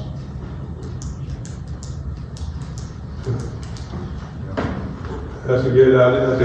Just for a quick question. I don't know, that's something, we need to discuss too, and I think, that's a good question. What I just look at is part of my job is fiduciary relationship for the town. And you're currently paying roughly around $162,000 a year for trash pickup. This increase would end up going to approximately $207,000 a year in terms of trash pickup. I just heard the comments tonight. If they were doing trash and yard, off the cuff, if he said he could do it for approximately $185. And we're looking to spend up to $207, and we're not sure if we're gonna get the same level of service. Well, that's something we need to consider, but that's good. We don't know, if that's a solid bid or, No, we don't. We don't know that. Yeah. And, but, anyway, okay. Thanks for the information.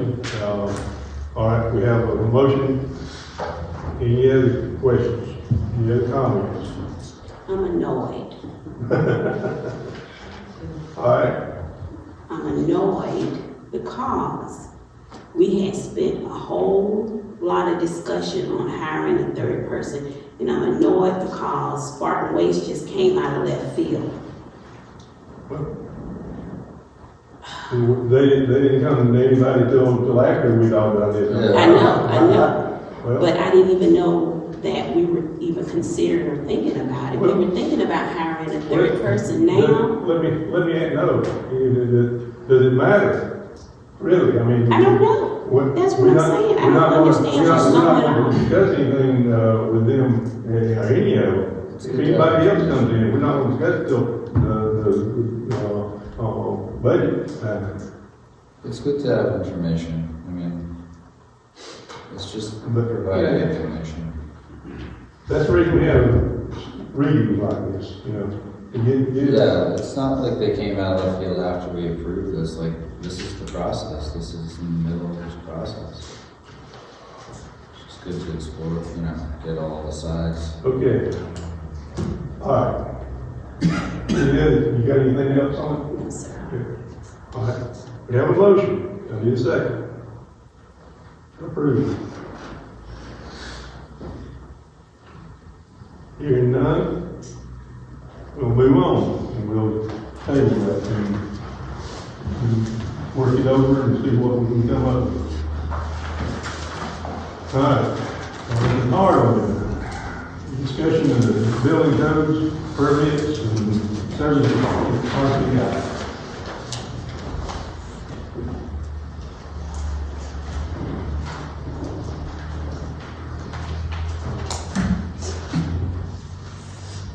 Okay, I'm somewhat prepared, but I really don't know the depth of this conversation except what I read in last month's minutes yesterday at 2 o'clock on this evening.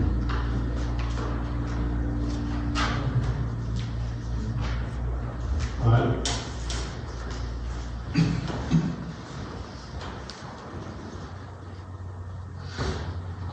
Seems like we kind of went over this maybe earlier. Seems like we kind of got out what we were. I think all that, you know, that's the same thing that we, I don't know why we have this in, but it's the same thing we went over before. It's like section A. Yeah. I don't know, I invited Damien and Morrill here, I was told he was here, but I don't know him. To discuss the Coleman store, it seems like that was a pretty heavy point of contention to the point that Mr. Wright stated the town needed to find another inspector. I'll be glad to discuss that. with Yeah, you. if you'd like to elaborate, you know, you read the minutes. Oh, yeah. So can you answer some of the questions that we had on that? Oh, absolutely.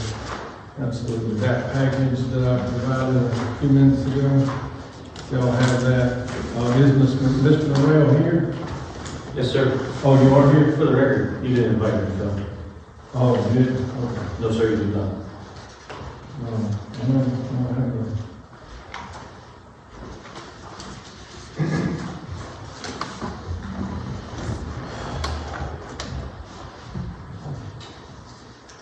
I called the number I was provided by Patrick, 5. You previously met Mr. Morrill, is that correct? I met him at Coleman's, I'm sure. I did. You weren't sure he was here tonight? No. I don't remember him. Something's different about him. But anyway, we'll move on. But anyway,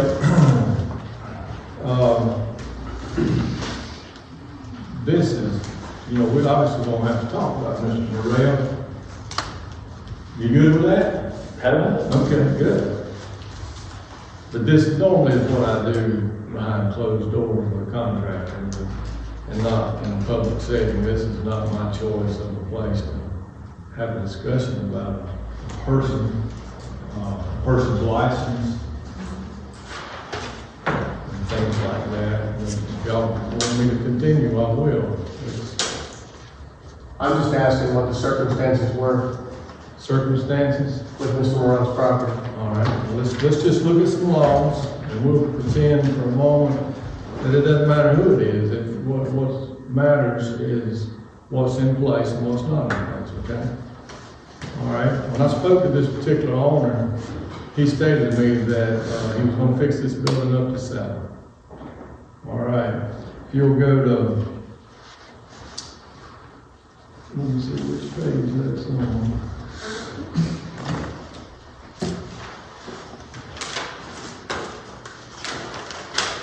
Go to page 4, number 6, highlighted.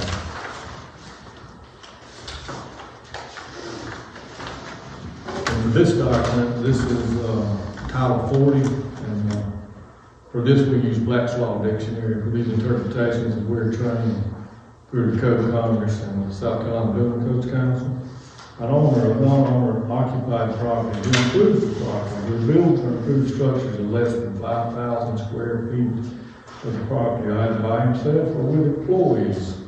They're allowed to do so, but they're not allowed to do structural or mechanical work. And if the property is not sold for 2 years, they got to comply with all of that. So, scroll on down, structural, see that term, I highlighted, structural means roof and floor. I've read an interpretation from the South Carolina LLR license, commercial license. He did replace the roof on that particular building without a permit. He not only replaced one of the roofs that is metal, he replaced another roof that is an EPDM, which is a low slope roof, which puts him in another sub-classification for a license he does not have, called a specialty roof. All right, if we scroll on down a little further, Let's take a second for number 6. okay. You said that when you initially spoke to Mr. Morrill, he told you that he intended on fixing it to sell it. Yes, sir, that's what he told me. You got that right? No, sir, he didn't give me that in writing. Just a verbal, he was basically saying, yeah, I might sell it, I might lease it, I may do many things, right? Right. So, had he bought the building, and he intended on doing the work to the building. So this one, number 6, only indicates whether or not they intend on selling it, that's it? Or No, sir. Scroll on to his permit back there. number 6, what you already read to us. You said Yeah. it made a difference because he said he intended on selling it. Well, there is multiple reasons he could be in violation of that. In violation of number 6. Yes, sir. All right, go to his permit. It's on back. Permit he got from this town. All right, go to the page where he signed it, he dated it, and the dollar amount, he put in the top right corner, it says $16,800 and some change. All right, at the time he bought that, it's right around the time that the exchange from $5,000 to $10,000 that you did in your contract. I don't see 16,000 to change. Might be the page. It's on the permit, he signed it. By state law, any job, $10,000. So not the application is different. You're required to have a general contractor Yes. license in the state of South Carolina. When you're doing structural work, roof work, floor work. All right. You see that? All right, now, let's go back to page 2 and then let's read a couple items.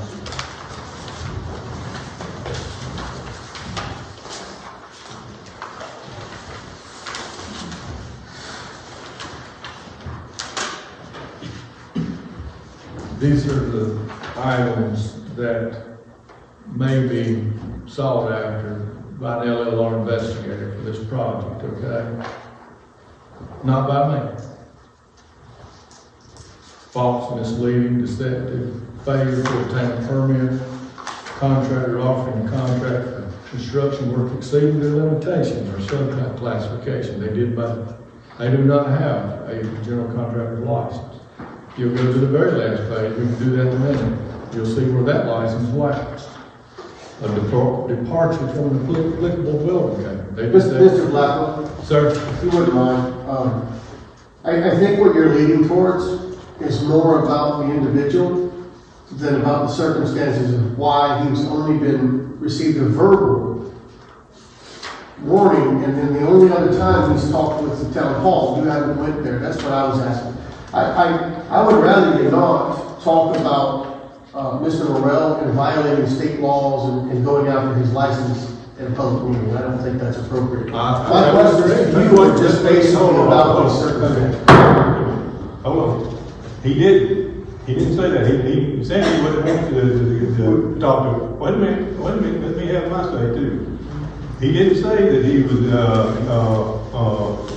rather not do this in the public thing. And he would go in general statements. That's what he was doing. He's doing in general statements. I don't know if he believed in that, but yeah, it didn't sound like he believed in me. We're reading state laws. Well, about yeah. licensing and. But he was using it as a third person. He wasn't using it as a somebody, he wasn't State Mr. Morrill, anyway. The questions were not about those circumstances. The questions I had were about the circumstances that why there's been zero communication with Mr. Morrill from the building official since August. That's the only questions I had. I wasn't concerned about why there needs to be a permit. My question a couple months ago or last month had to do with where did the permit fees come from and why was there no communication? The last council meeting we had, our administrator said it'd be on his priority list.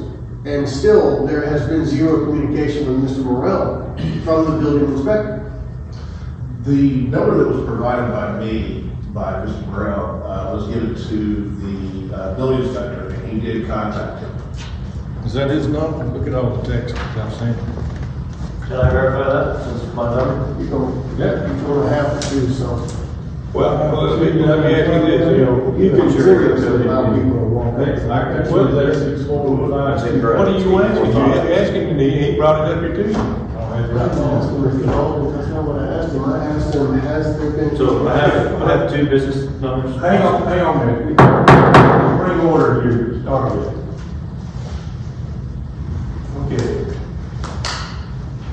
Okay, your question was? Why has there been zero communication? That's, Well, and he has tried, so what you know. has there been notices left on the building?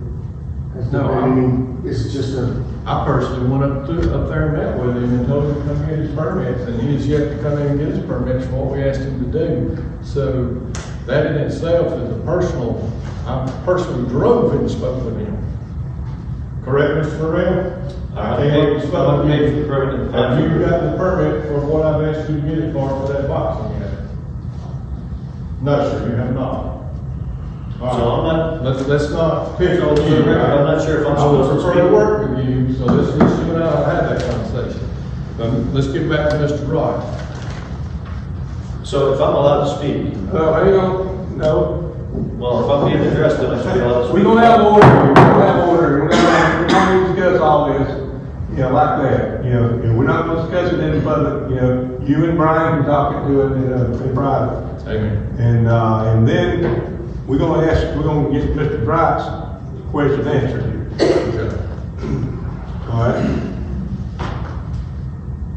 Is that all you did? You went through it? Yes, sir. You didn't leave anything? All right, whatever. Now, me, that would have been, kind of tacky with him standing there, post a stop work on the building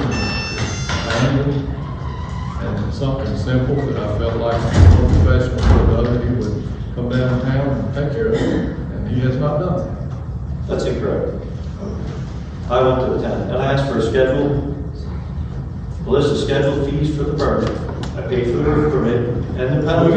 We're gonna have order here. We're gonna have order here, and Brian, I think we have to give Damon a chance to answer. I think we have to give Mr. Morrill a chance to answer. There's gonna be a back and forth, but I think Brian's answered Mr. Wright's question that communication was attempted. Okay. But we have to give. That has nothing to do with his question. let me say this. I think because during the answering of my question, he's been solicited for answers by Mr. Blackwell. Let's let him talk. Mr. Blackwell has solicited answers from him several times. Let's allow Mr. Morrill to talk. Okay. All right. Okay, so I'm gonna keep it short.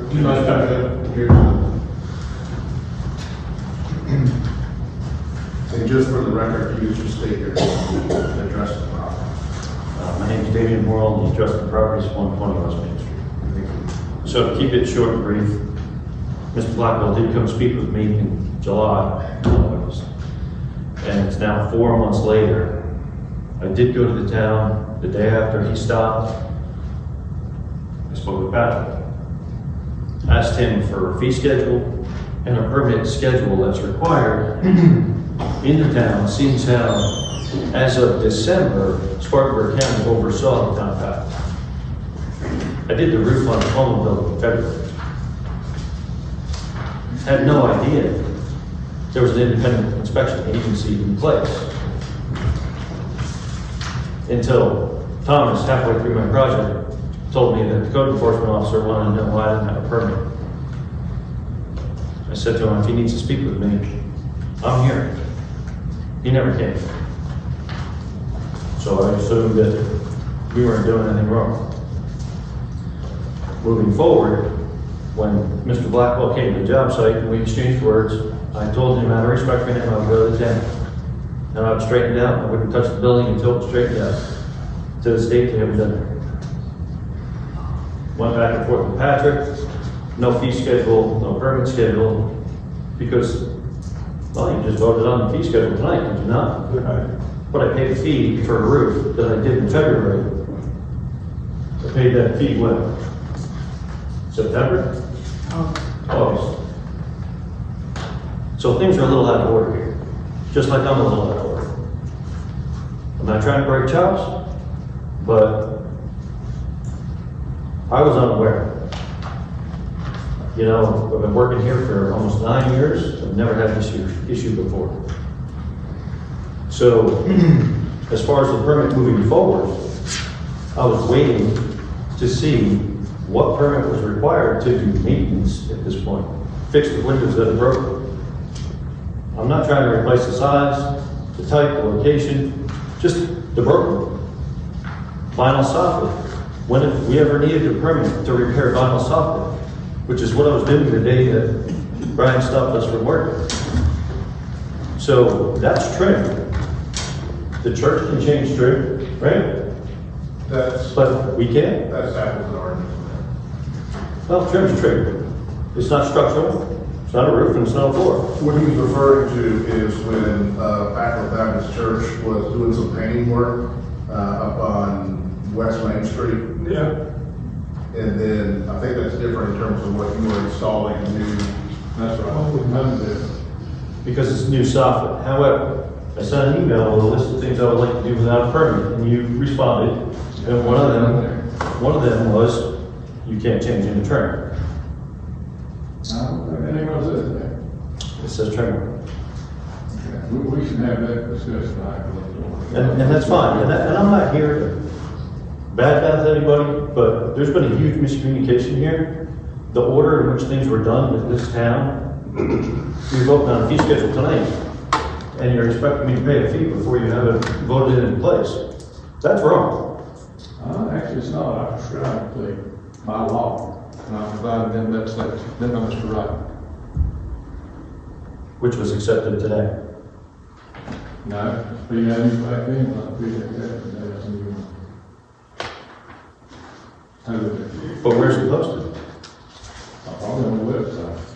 It hasn't been updated since 1999. At the last council meeting, you said that you weren't sure where that fee schedule came from, and you weren't sure where that number came from. And I don't just, So I the fee don't schedule disbelieve. came from RCI. That's what they have provided us and what we've had here at Town You said, Hall. I don't know. That's what you said last council meeting. So you actually wrote the fee that he needed to pay, correct? You gave him the fee that he was going to pay. Actually, he gave me the form and told me that the fee schedule was the new construction fee schedule for the roof. And it was to be doubled, because that's what the fine fee You paid schedule a new was. construction fee schedule for repair. That's like right. To do a roof. I believe you paid a double fee because of the fact that he didn't have a permit. Correct. That's right. And because he didn't have a permit and did the work. And I paid it. Because the fee is that he has to pay double the price. I paid it because I wanted to show that I was trying to work with the town. I'm not trying to not work with the town. I did the roof Monday through Friday, broad daylight. We're not up there trying to hide anything. But in the county of Spartanburg, that was not a governed issue until RCI took over the town back. So without knowing that governorship changed, I didn't believe I was doing anything wrong. Until I have a question. It's not required in Spartanburg County that you have to get a permit for a roof, that's correct. but Spartanburg County has to abide by the international building codes. And what does the international building code say?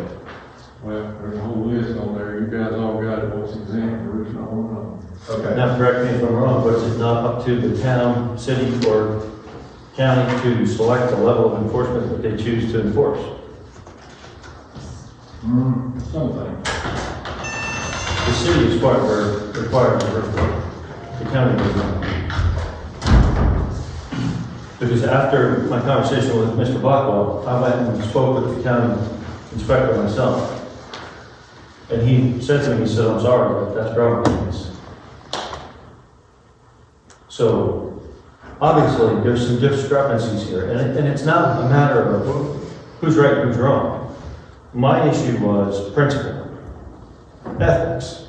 You're asking me to pay a fee that you haven't approved yet. You're asking me to pay a fine that you haven't approved yet. You're asking me to pull permits for things that aren't posted on your website. There's no clear list as a builder that I can go look at that shows me exactly what's required. Unless I want to go back to 1999, or go on the county's website, because we don't have one here in Paving. So there's Okay, no. Okay, let me put this out here. We discussed all this and nobody, knows what's going on. And I think we should back up here and make it right and, say, look, let's work to get all y'all together, not just one here, one there, us here, get this thing settled and move on. Right. Something that is agreeable with everybody. I mean, I know we were late in getting these fees out, but we need to go ahead and get, we don't need to be holding people up. We want him in this community, and he wants to do it right. And so let's do it. We can agree with some of this stuff, and let's go forward. We didn't have a fee at the time, so Well, that's not correct. So, and I want to make sure we understand this. First off, the website has been updated. It was updated, Mr. Wright, do you remember the date in which the new website was put in place? I don't know the specific date. Okay, it's been in the last year that it's been updated, and it is on the website, it's on there. And you can go on there and you can click the work that you want to have done, and it'll tell you what the fee will be. So that's one thing. The first meeting I had with you, it wasn't updated. Because you and I looked at that, and you couldn't answer my question.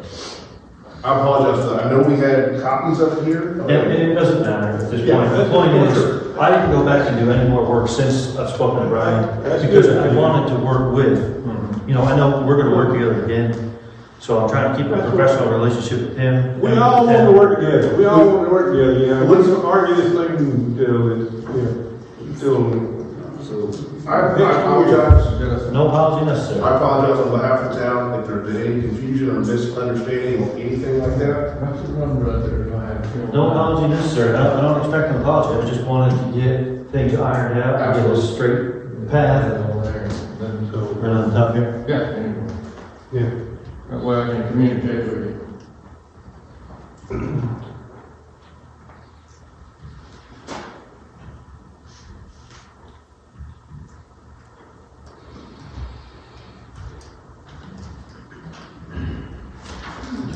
Appreciate it. Thank you. Thanks, sir. Thank you. Y'all have any more questions for Brian? Thank you.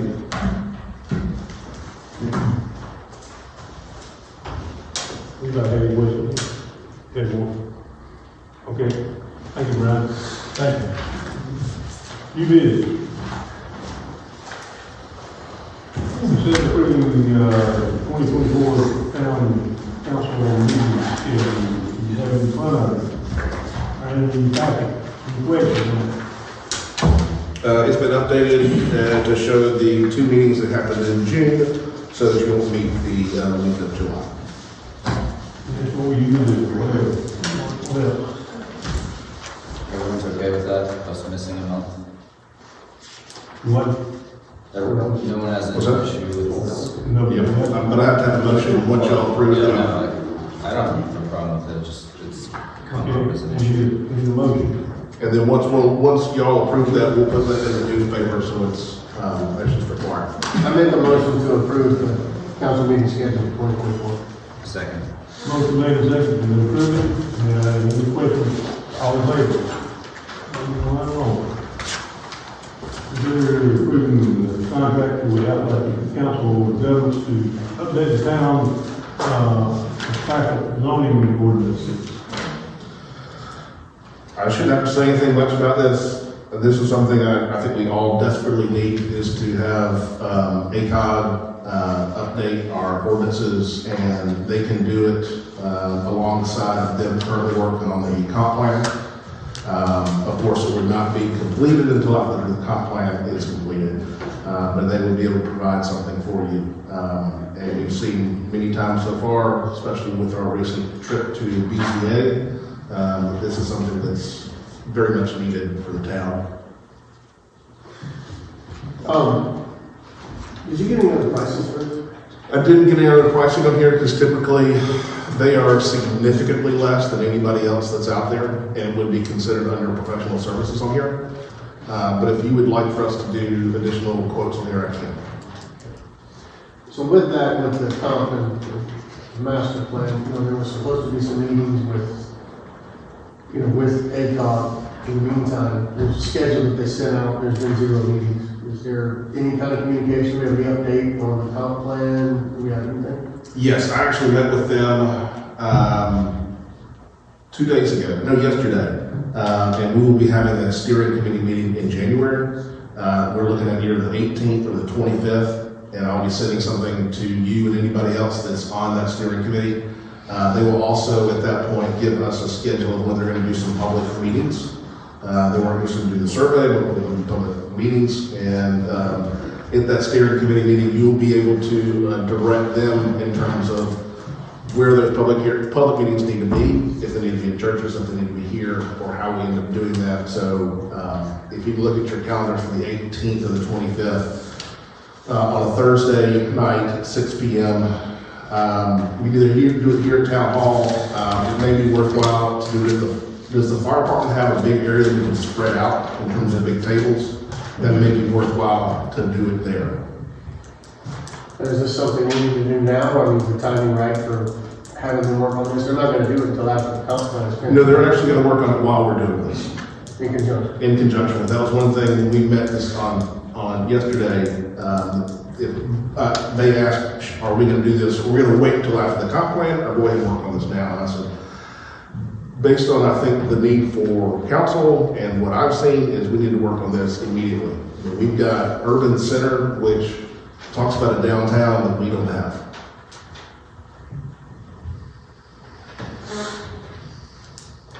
I make a motion to approve contract with the zoning ordinances. Second. Motion made and seconded to approve the contract with the Appalachian Council Governments and zoning ordinances. Any questions? All in favor? All opposed? Okay. Consider approving the grant to Marysville School. I was asked to go and look at a potential grant for revitalization of the Marysville School here in Pacolet. It's located at 911 Sunny Acres Road. I have a preliminary estimate of approximately $431,000, $431,416. That may have been high, but that is going to give us an estimate at least to work with. This particular grant will be a 50-50 grant. I need to know if the council wants to pursue this before we do anything else, because that is a significant amount. The town does have money available left in ARPA. It will cut it significantly down. But I wanted to understand, because it seemed very important the last few meetings, that the town tries to revitalize this space. So this 431, that's hopefully a top end. 431 is hopefully the top end, because the roof's already been done. This is HVAC, plumbing, electrical, insulation, and redoing the floors and windows, siding on the exterior and paint. This is like a full restoration, is it? Correct. So we'd have to come up with a over 200,000. Correct.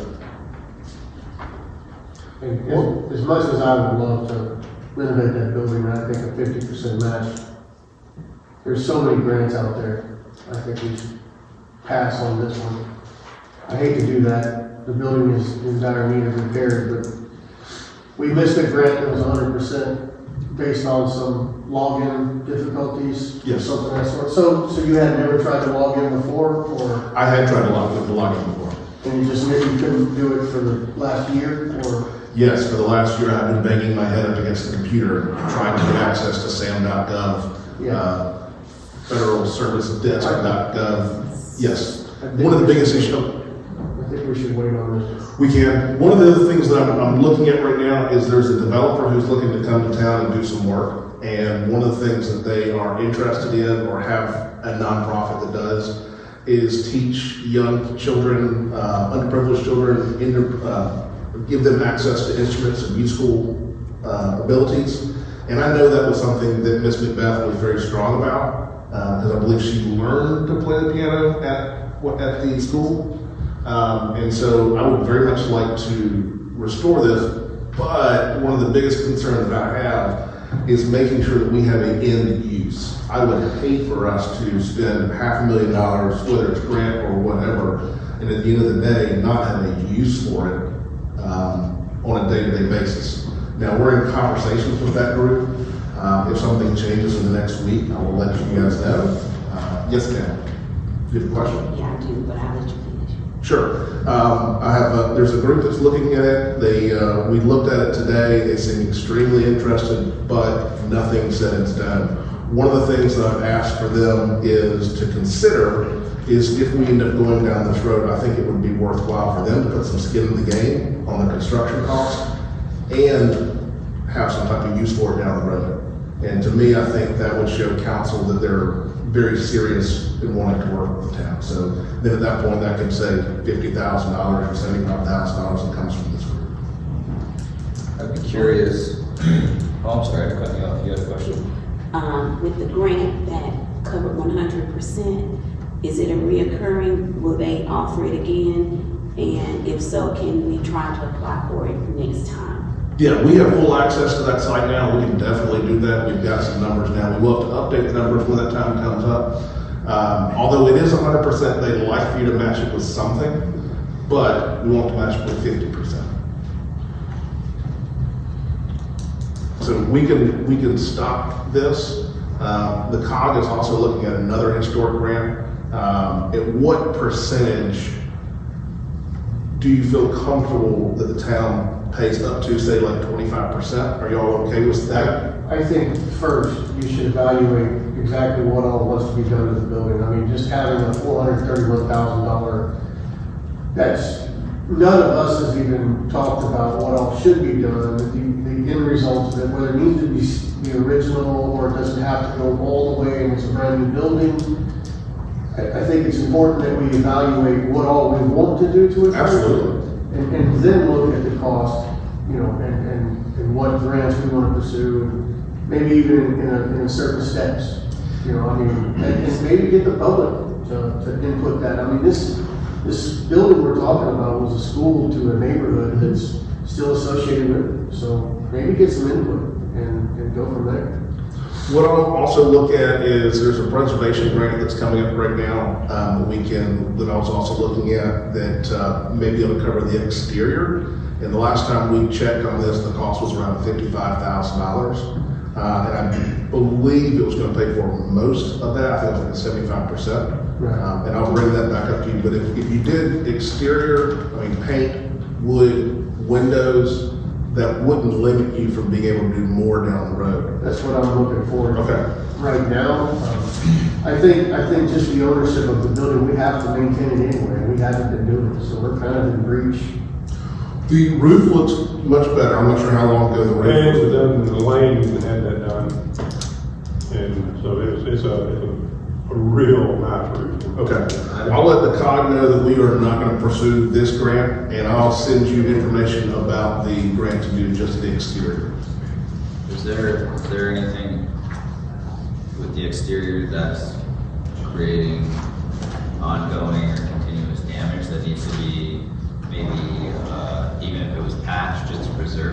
while we figure out. I like the idea of just doing the exterior, because you can work from outside in. I just don't wanna see like, you know, if it's not sealed from the weather, we put this off for a few years and have even worse structural damage. Well, what we can do is go ahead and work on the exterior. When I say exterior is because of the fact that it is a historic building, it would be wood plat windows on there. It would be energy efficient. It would be, you know, sealing up the exterior, putting, I think there's some wood that's rotted and replacing that and then painting it. So at least on the outside it would look good. So I think that would be worthwhile, but there are some sections in there where I was in it this morning and there's a screen over one window that's just, it's open. If you can get somebody to pay for free in the meantime, you don't need our approval. Is that person like, we got something on council? It's already been approved once. I think the town was gonna buy the paint and we're gonna do the work. Anyway, okay. Approve the town hall landscape. There was a plan that was created several years ago, back when Miss Elaine Harris was here. I've taken some pictures of it and sent it to y'all. I can bring it out here. We have an estimate from our landscaper, the cost of $20,000. And that would be to plant everything that was originally proposed on there. And I brought it to you, not necessarily, it'd be great if you go ahead and approve this, because it would make the town look nice. It may be worthwhile for us to take a step back and re-look at some of this stuff and see if these plantings are still what the town wants to see and wants to move forward with. The other thing that I didn't see in the proposal on here, which I think is something that we need to look at, is irrigation. At least for the first year, unless you guys want me to go out there with a watering can, and I can, but I know that, I just want to make sure that we're not going to have stuff that dies off. But either way, this would be something that would be available through, this is another eligible ARPA thing that if you guys wanted to be able to do, and because of the fact that we've already vetted this particular contractor through the landscaping process, you could go ahead and approve this. Is this, they're approving, they're providing the plants? They're providing all the plants and they're providing all the labor. When would they intend on doing this work? And are they going to provide a warranty on these plants for the next year? Typically, what I have seen, this is from my own work in landscaping, well, not my own landscaping, it was one at my house, is typically they don't warranty them if there's no water in the system. They can put watering bags on the trees. That's what typically is required, is a watering bag. And the plants? You hang it on the tree and. Yeah, for that, but everything else, all the bushes and plants and that sort of thing out there. Your irrigation doesn't work in the winter anyway. Right, it doesn't work in the winter, that's correct. So that's why I asked when they intend on doing this work. This was, there's nothing. Just asking for a quote. I asked them for a quote. This was one of the things that we have in terms of the landscaping group is they do additional projects. I looked at old projects that were out there that Ms. Harris had put out there from a long time ago. And this was one, I think we had talked about beautification of town hall. I think this would be nice for. So we can wait till the spring. We can wait till the spring on this. Maybe we can have a better plan by then. Sure. I'd like to get some input on there. There's some stuff that's on the plan that I think we could look at it and maybe adjust.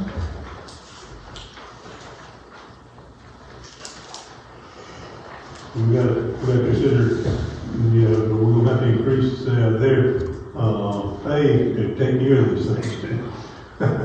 Keep them trimmed up and all like that. And that's with anything that we do in terms of, we talk about beautification or of the alleys and the streets around town, that once they do that first big trim, that yeah, it would be the next year, there's a possibility that would increase the annual rate to be able to maintain that. Okay, so let's talk about this again, then, okay? The next item here is the request from the History Committee to issue an RFP for a museum consultant. Eric Green, who is the chair of the History Committee, is here to speak on this.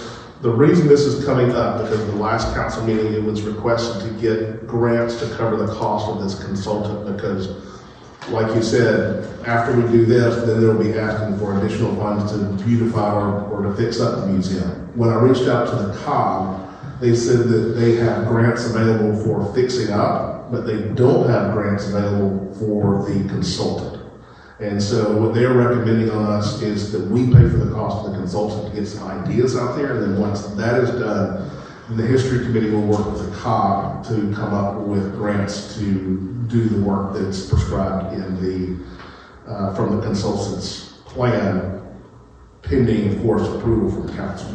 But I'll let Mr. Green come in and present.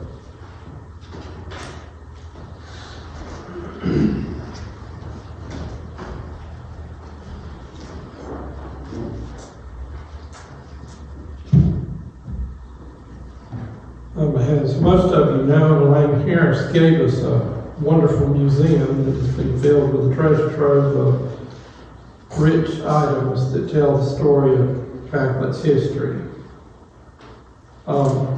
It has sadly fallen into disuse over the past several years and is only open a couple of times a year during special events or by appointment.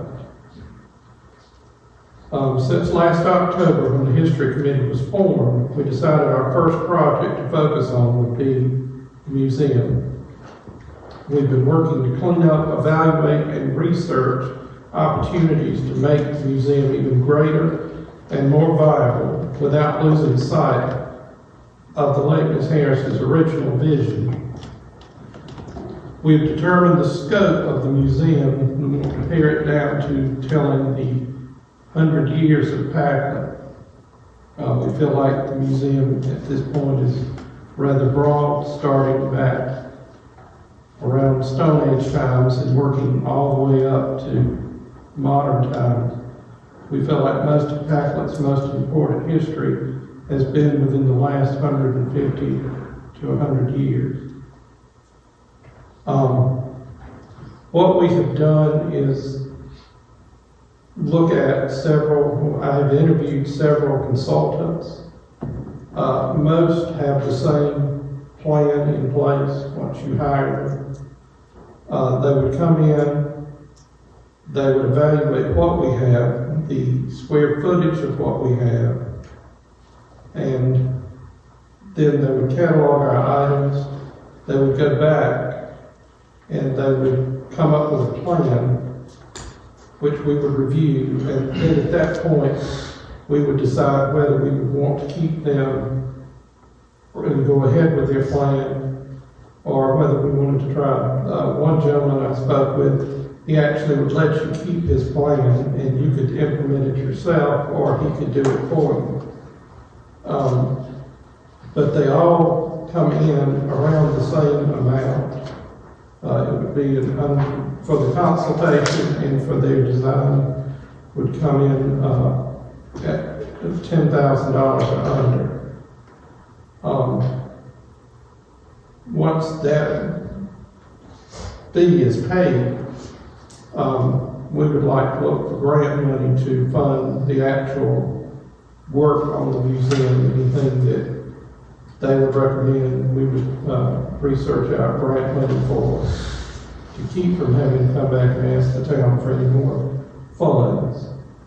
What we would like to do is bring the museum into a more modern setting through technology, as well as making it more interactive.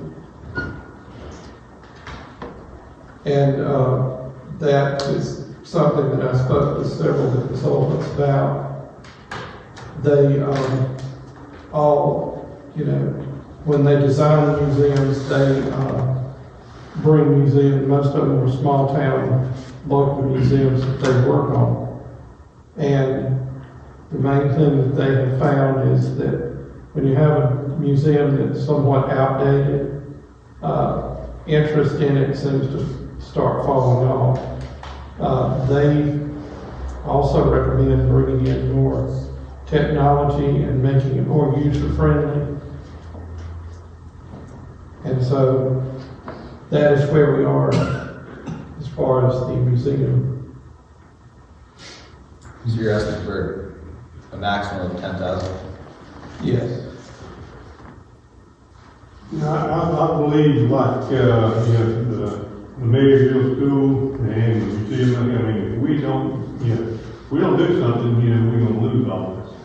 We need to do it, we need to get the upgrades, and, for it to be used, you got some ideas there, having it interactive, and, some more modern and things like that. Right now, it's down there, and it's useless right now. Well, we have been contacted by some of the folks that have items that are down there on loan saying that if we're not gonna use them, they'd like them back. Oh, yeah. And now it's understandable. How many people are on the history committee? Officially, we have,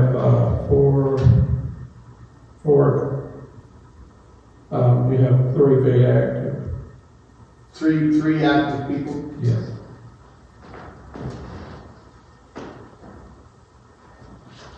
Our first meeting, we had around, about 40 people.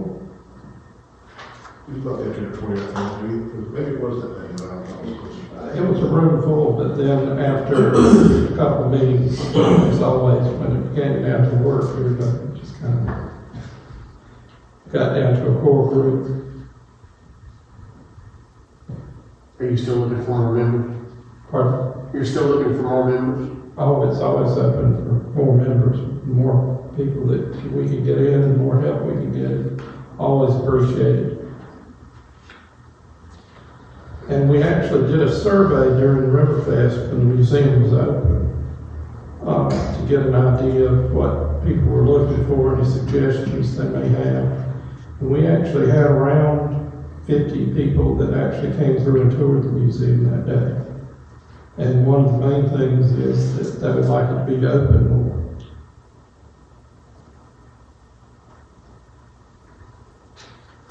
I make a motion that we allocate up to 10,000, obviously pending the RFP for a museum consultant.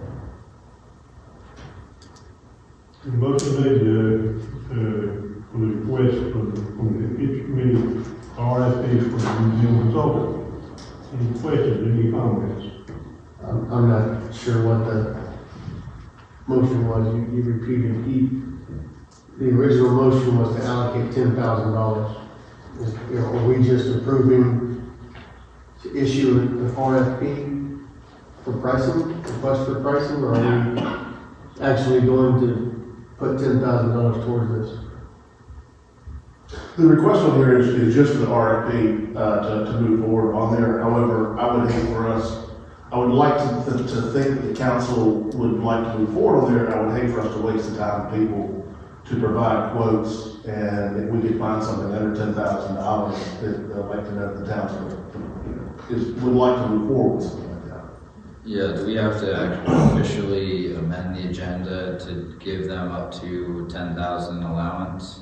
I think that's. I think as long as the consensus of council is that, you will evaluate the bids that come in and consider it at that time. But if council at this point is not even interested in paying for any type of study, then it just needs to stop. Yeah, we're going to, Who's all on the history committee? It's myself and Peter Burgess, Don Camby, and Eric Camby.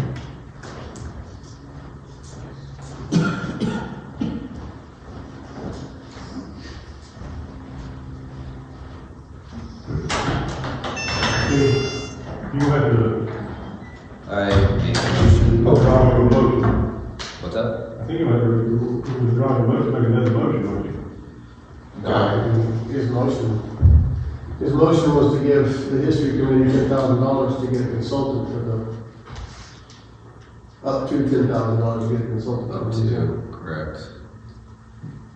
That's what you, okay? All right. Any questions? Comments?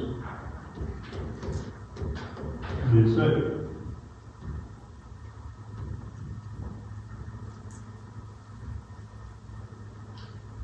Do y'all want to go ahead with it, or you want to talk about it more, or what do you want to do?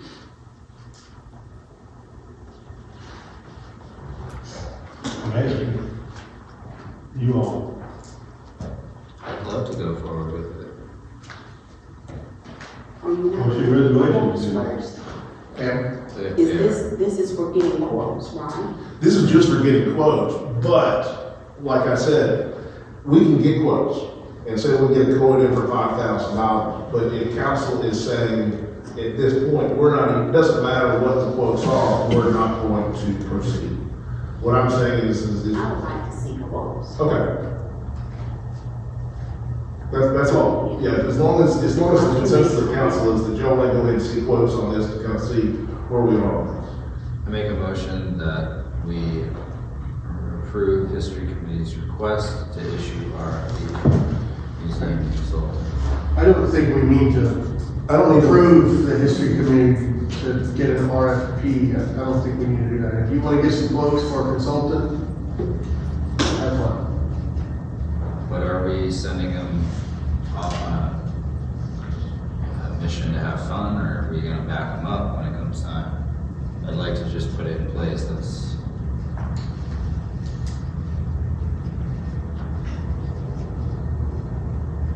Does anyone want this? See, my thing is, I would like to see if you're gonna find something reasonable. I mean, $10,000, you may find something less. Yes. We've already found.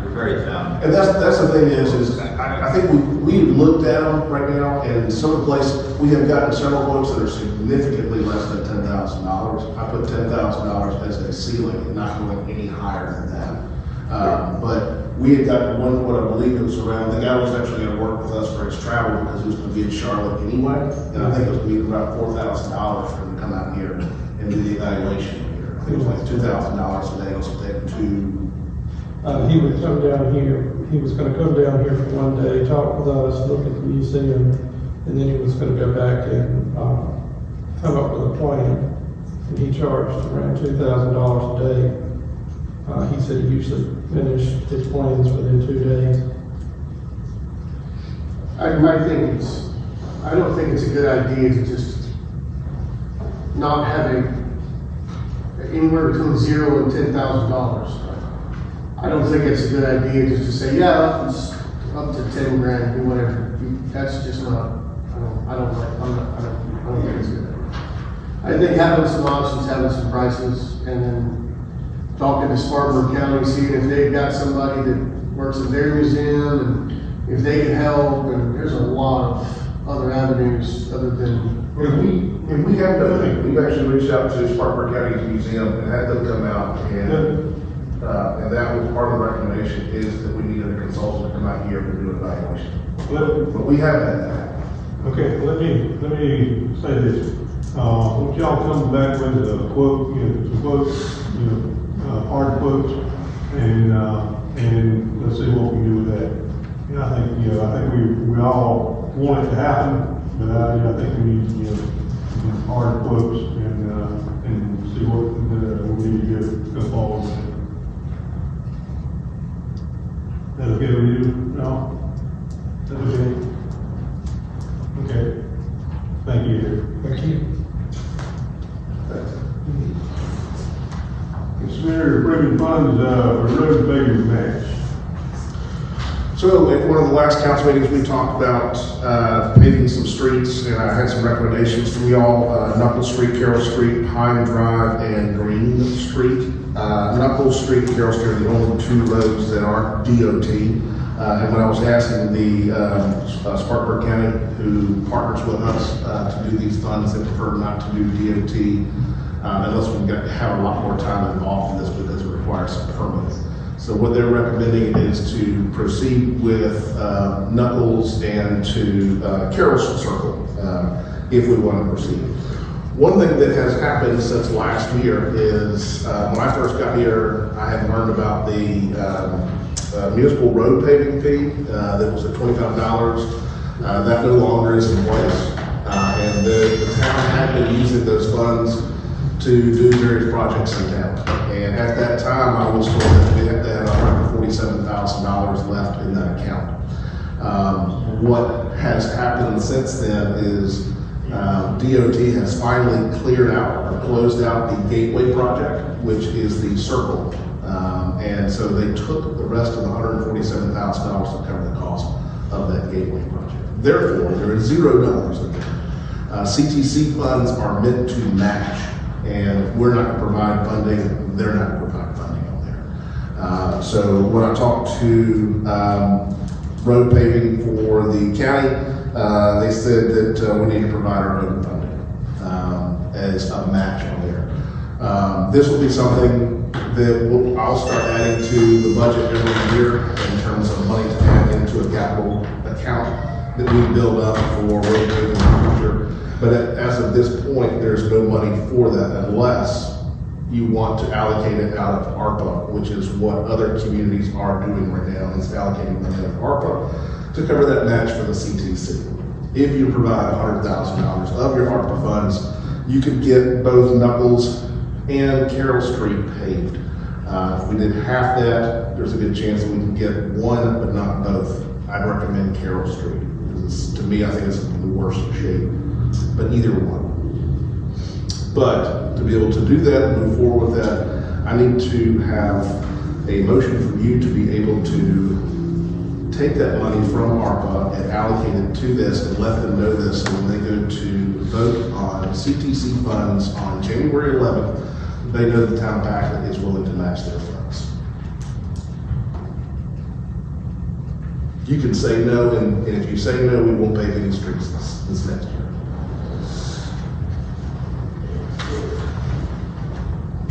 All right, further information, what do you think? We just figure out how to pass some revenue to that road paving fund. Absolutely.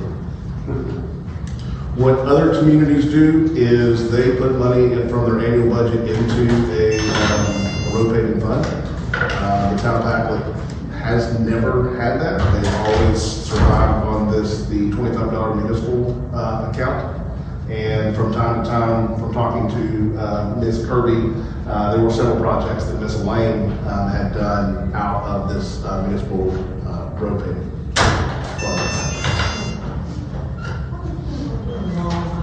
I thought everybody just left. I thought everybody just left. It's up to you. I wanted you to know this. At the time when I initially proposed all this, I thought we had $147,000 in there. There's not. So if you're not interested in putting some money towards this, keep in mind, we've talked about this before, ARPA's got to be allocated by the end of this year, and it's got to be spent by the end of the following year, I believe. We could wait and not do anything. Keep in mind that the town of Pacolet, along with some of the rest of Spartanburg County, just recently voted for the penny tax, and we will get some money from that, but that money does not start coming into the town of Pacolet until 2025. You said allocated by the end of this year? We have to allocate in terms of how we're going to be spending the ARPA. But it's got to be spent, I believe it's by the end of 2024. It's got to actually be spent. By the end of next year, the town of Pacolet, along with communities all over the country, are getting ARPA money, American Rescue Plan, and the town. So we're in our last meeting of 2023, which has been allocated. I'm sorry, we have to allocate it by the end of 2024. Okay, I'm sorry. that's what I was concerned about. You should have corrected me. That's 133,000. It's a little. Hey man, I'm here. Okay. I'm trying to argue with nobody about it. Okay. You said it. But you knew it was wrong. Do you recommend holding off, or? It is up to you. I think both of these streets need it. If the council does not vote to add any money or to match any money with CTC to be able to do this, I can guarantee you will not get either one of these streets paid. If you want to get these streets paid, you got to put up something, and they've told us around $50,000-$60,000 for at least one street. $100,000 is a good chance we get both. So with the ARPA, there's a little over $133,000 in there.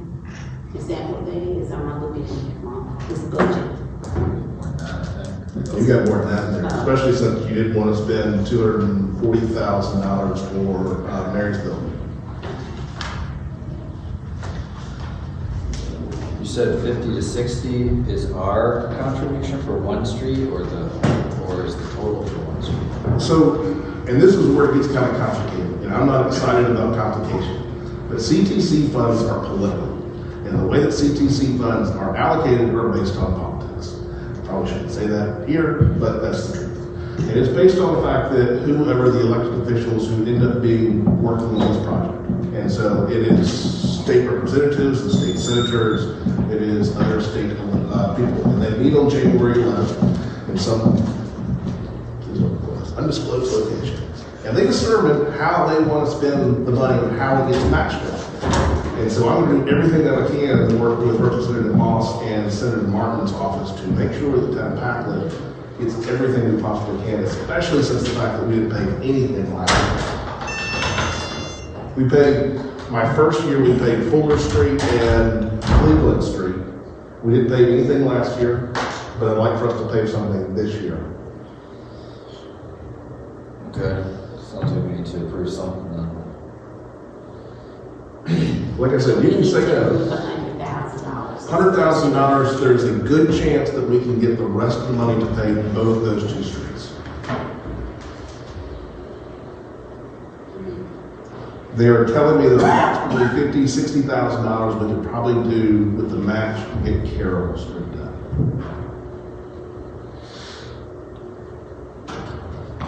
Blackwell is right next to Marysville, right? Maybe as a... Duncan Street goes from Sunny Acres over to Brown Mill. It goes, it makes Scott almost a circle back around. I may make a motion, we approve $100,000 for road paving. And the money would come from ARPA. I make a motion, we allocate $100,000 of ARPA funds to road paving.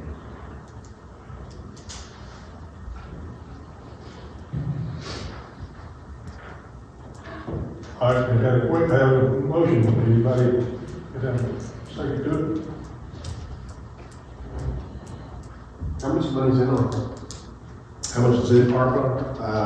I can get you all a amount. We have approximately 350, at least $350,000 is currently sitting in ARPA. When does it have to be spent? It's going to be spent by the end of 2025. I'll second. A motion and a second. Okay, 100,000 or repaving both roads or one road? Both. Okay. All right, any questions on that? I know it's a lot, and I hate to do it, but that's the only way to get those roads done. All right. All right. All in favor? All opposed? Okay.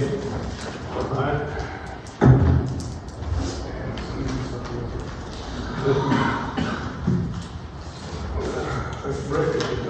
You want to take a break or we get this quick?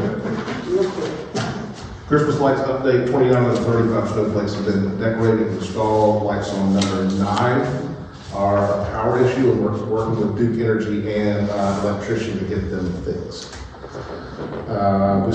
We have the rest of the materials for the 6 snowflakes that are here. However, we're limited on open utility poles. Just kind of go ahead and sum this up in terms of, we've got more that's out there. I think we can probably hold and wait until next year, and I think it's a pressing thing. We get a lot of great compliments on the fact that we've got 29 that are currently up there. Do want to know that Santa will be at the amphitheater Friday and Saturday from 6 to 8 on the 8th, 9th, 15th, and 16th. We have BZA meeting variance on there. There are 4 members of BZA Planning Commission who have not taken their training classes. 3 have agreed to take those classes and get them done by the end of this year, so we're not having a compliance issue with the state. There's one that we have contacted multiple times and has not responded to us, so y'all may want to consider at the next meeting to replace someone on the planning commission. While we weren't top five finalists for the top grant, we were. Can I interrupt you? What's that? You said planning commission, yeah, BZA. So we have four members, two on BZA and two on planning commission who have not taken their training classes that are required by law. And they have to do it within a year. Y'all nominated them or elected them November of last year. So I'm trying to get them done by the end of this year, so we are all in compliance there. 3 have said that they'll either take the in-person training that's going to be offered in Greenville. I'm sorry, 2. One. My question. One's in Greenville, the other ones are going to do it online. But we have one that we've contacted multiple times, multiple places. It's not you. I'm planning. It's on the planning commission. That was my question. There's a volunteer on the planning commission that we need to take that training. Otherwise, there's a chance that you're going to have to replace that individual in January because we won't be in compliance. I'm working on getting a projector, even though we weren't able to get the grant from 10 at the top. Until then, we will continue to rent the equipment. I'll donate to you. You'll donate it to me. Excellent. But I think we should start this back up. I put out a poll. I'd like for us to start this up in the spring, summertime, and doing movies free for the community.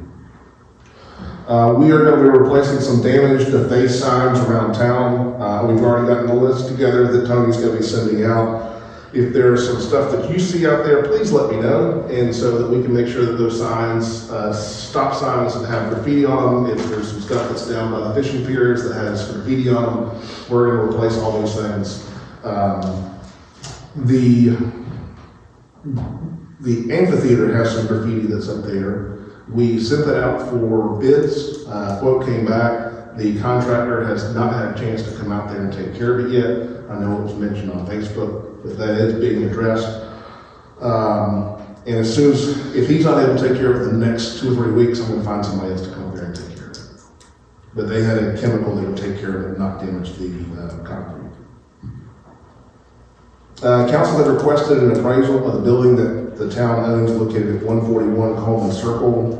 That report is now available. The opinion of value is $40,000.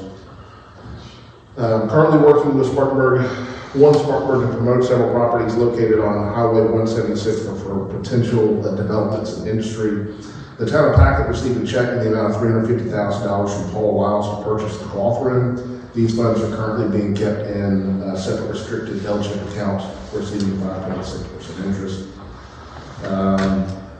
Bill will sit there for the next 5 years while he develops that project. And we're also clearing out some stuff in the basement. So if you don't have any stuff in the basement that needs to be taken out, please, we need to get moved out of there. The town of Pacolet received approval from RIA for a grant in the amount of $28,000 for the stormwater master plan. We're also waiting to hear back from CDBG for that grant that was applied for in the amount of $42,500.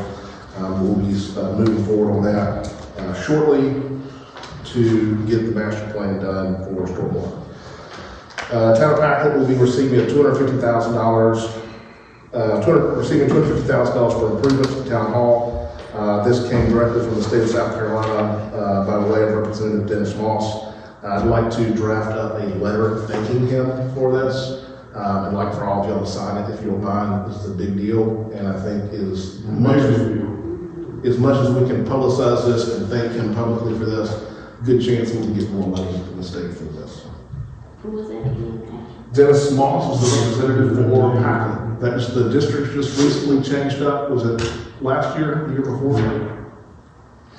He's, He sits on the committee for Ways and Means, and he's chair of the committee that does memorial signs. So the April Palmer Green Memorial, not memorial because you're not passed away, honor intersection or highway. That's what his group does. Reached out to 2 architects for a price on creating plans for town hall. We've talked about redesigning town hall up here.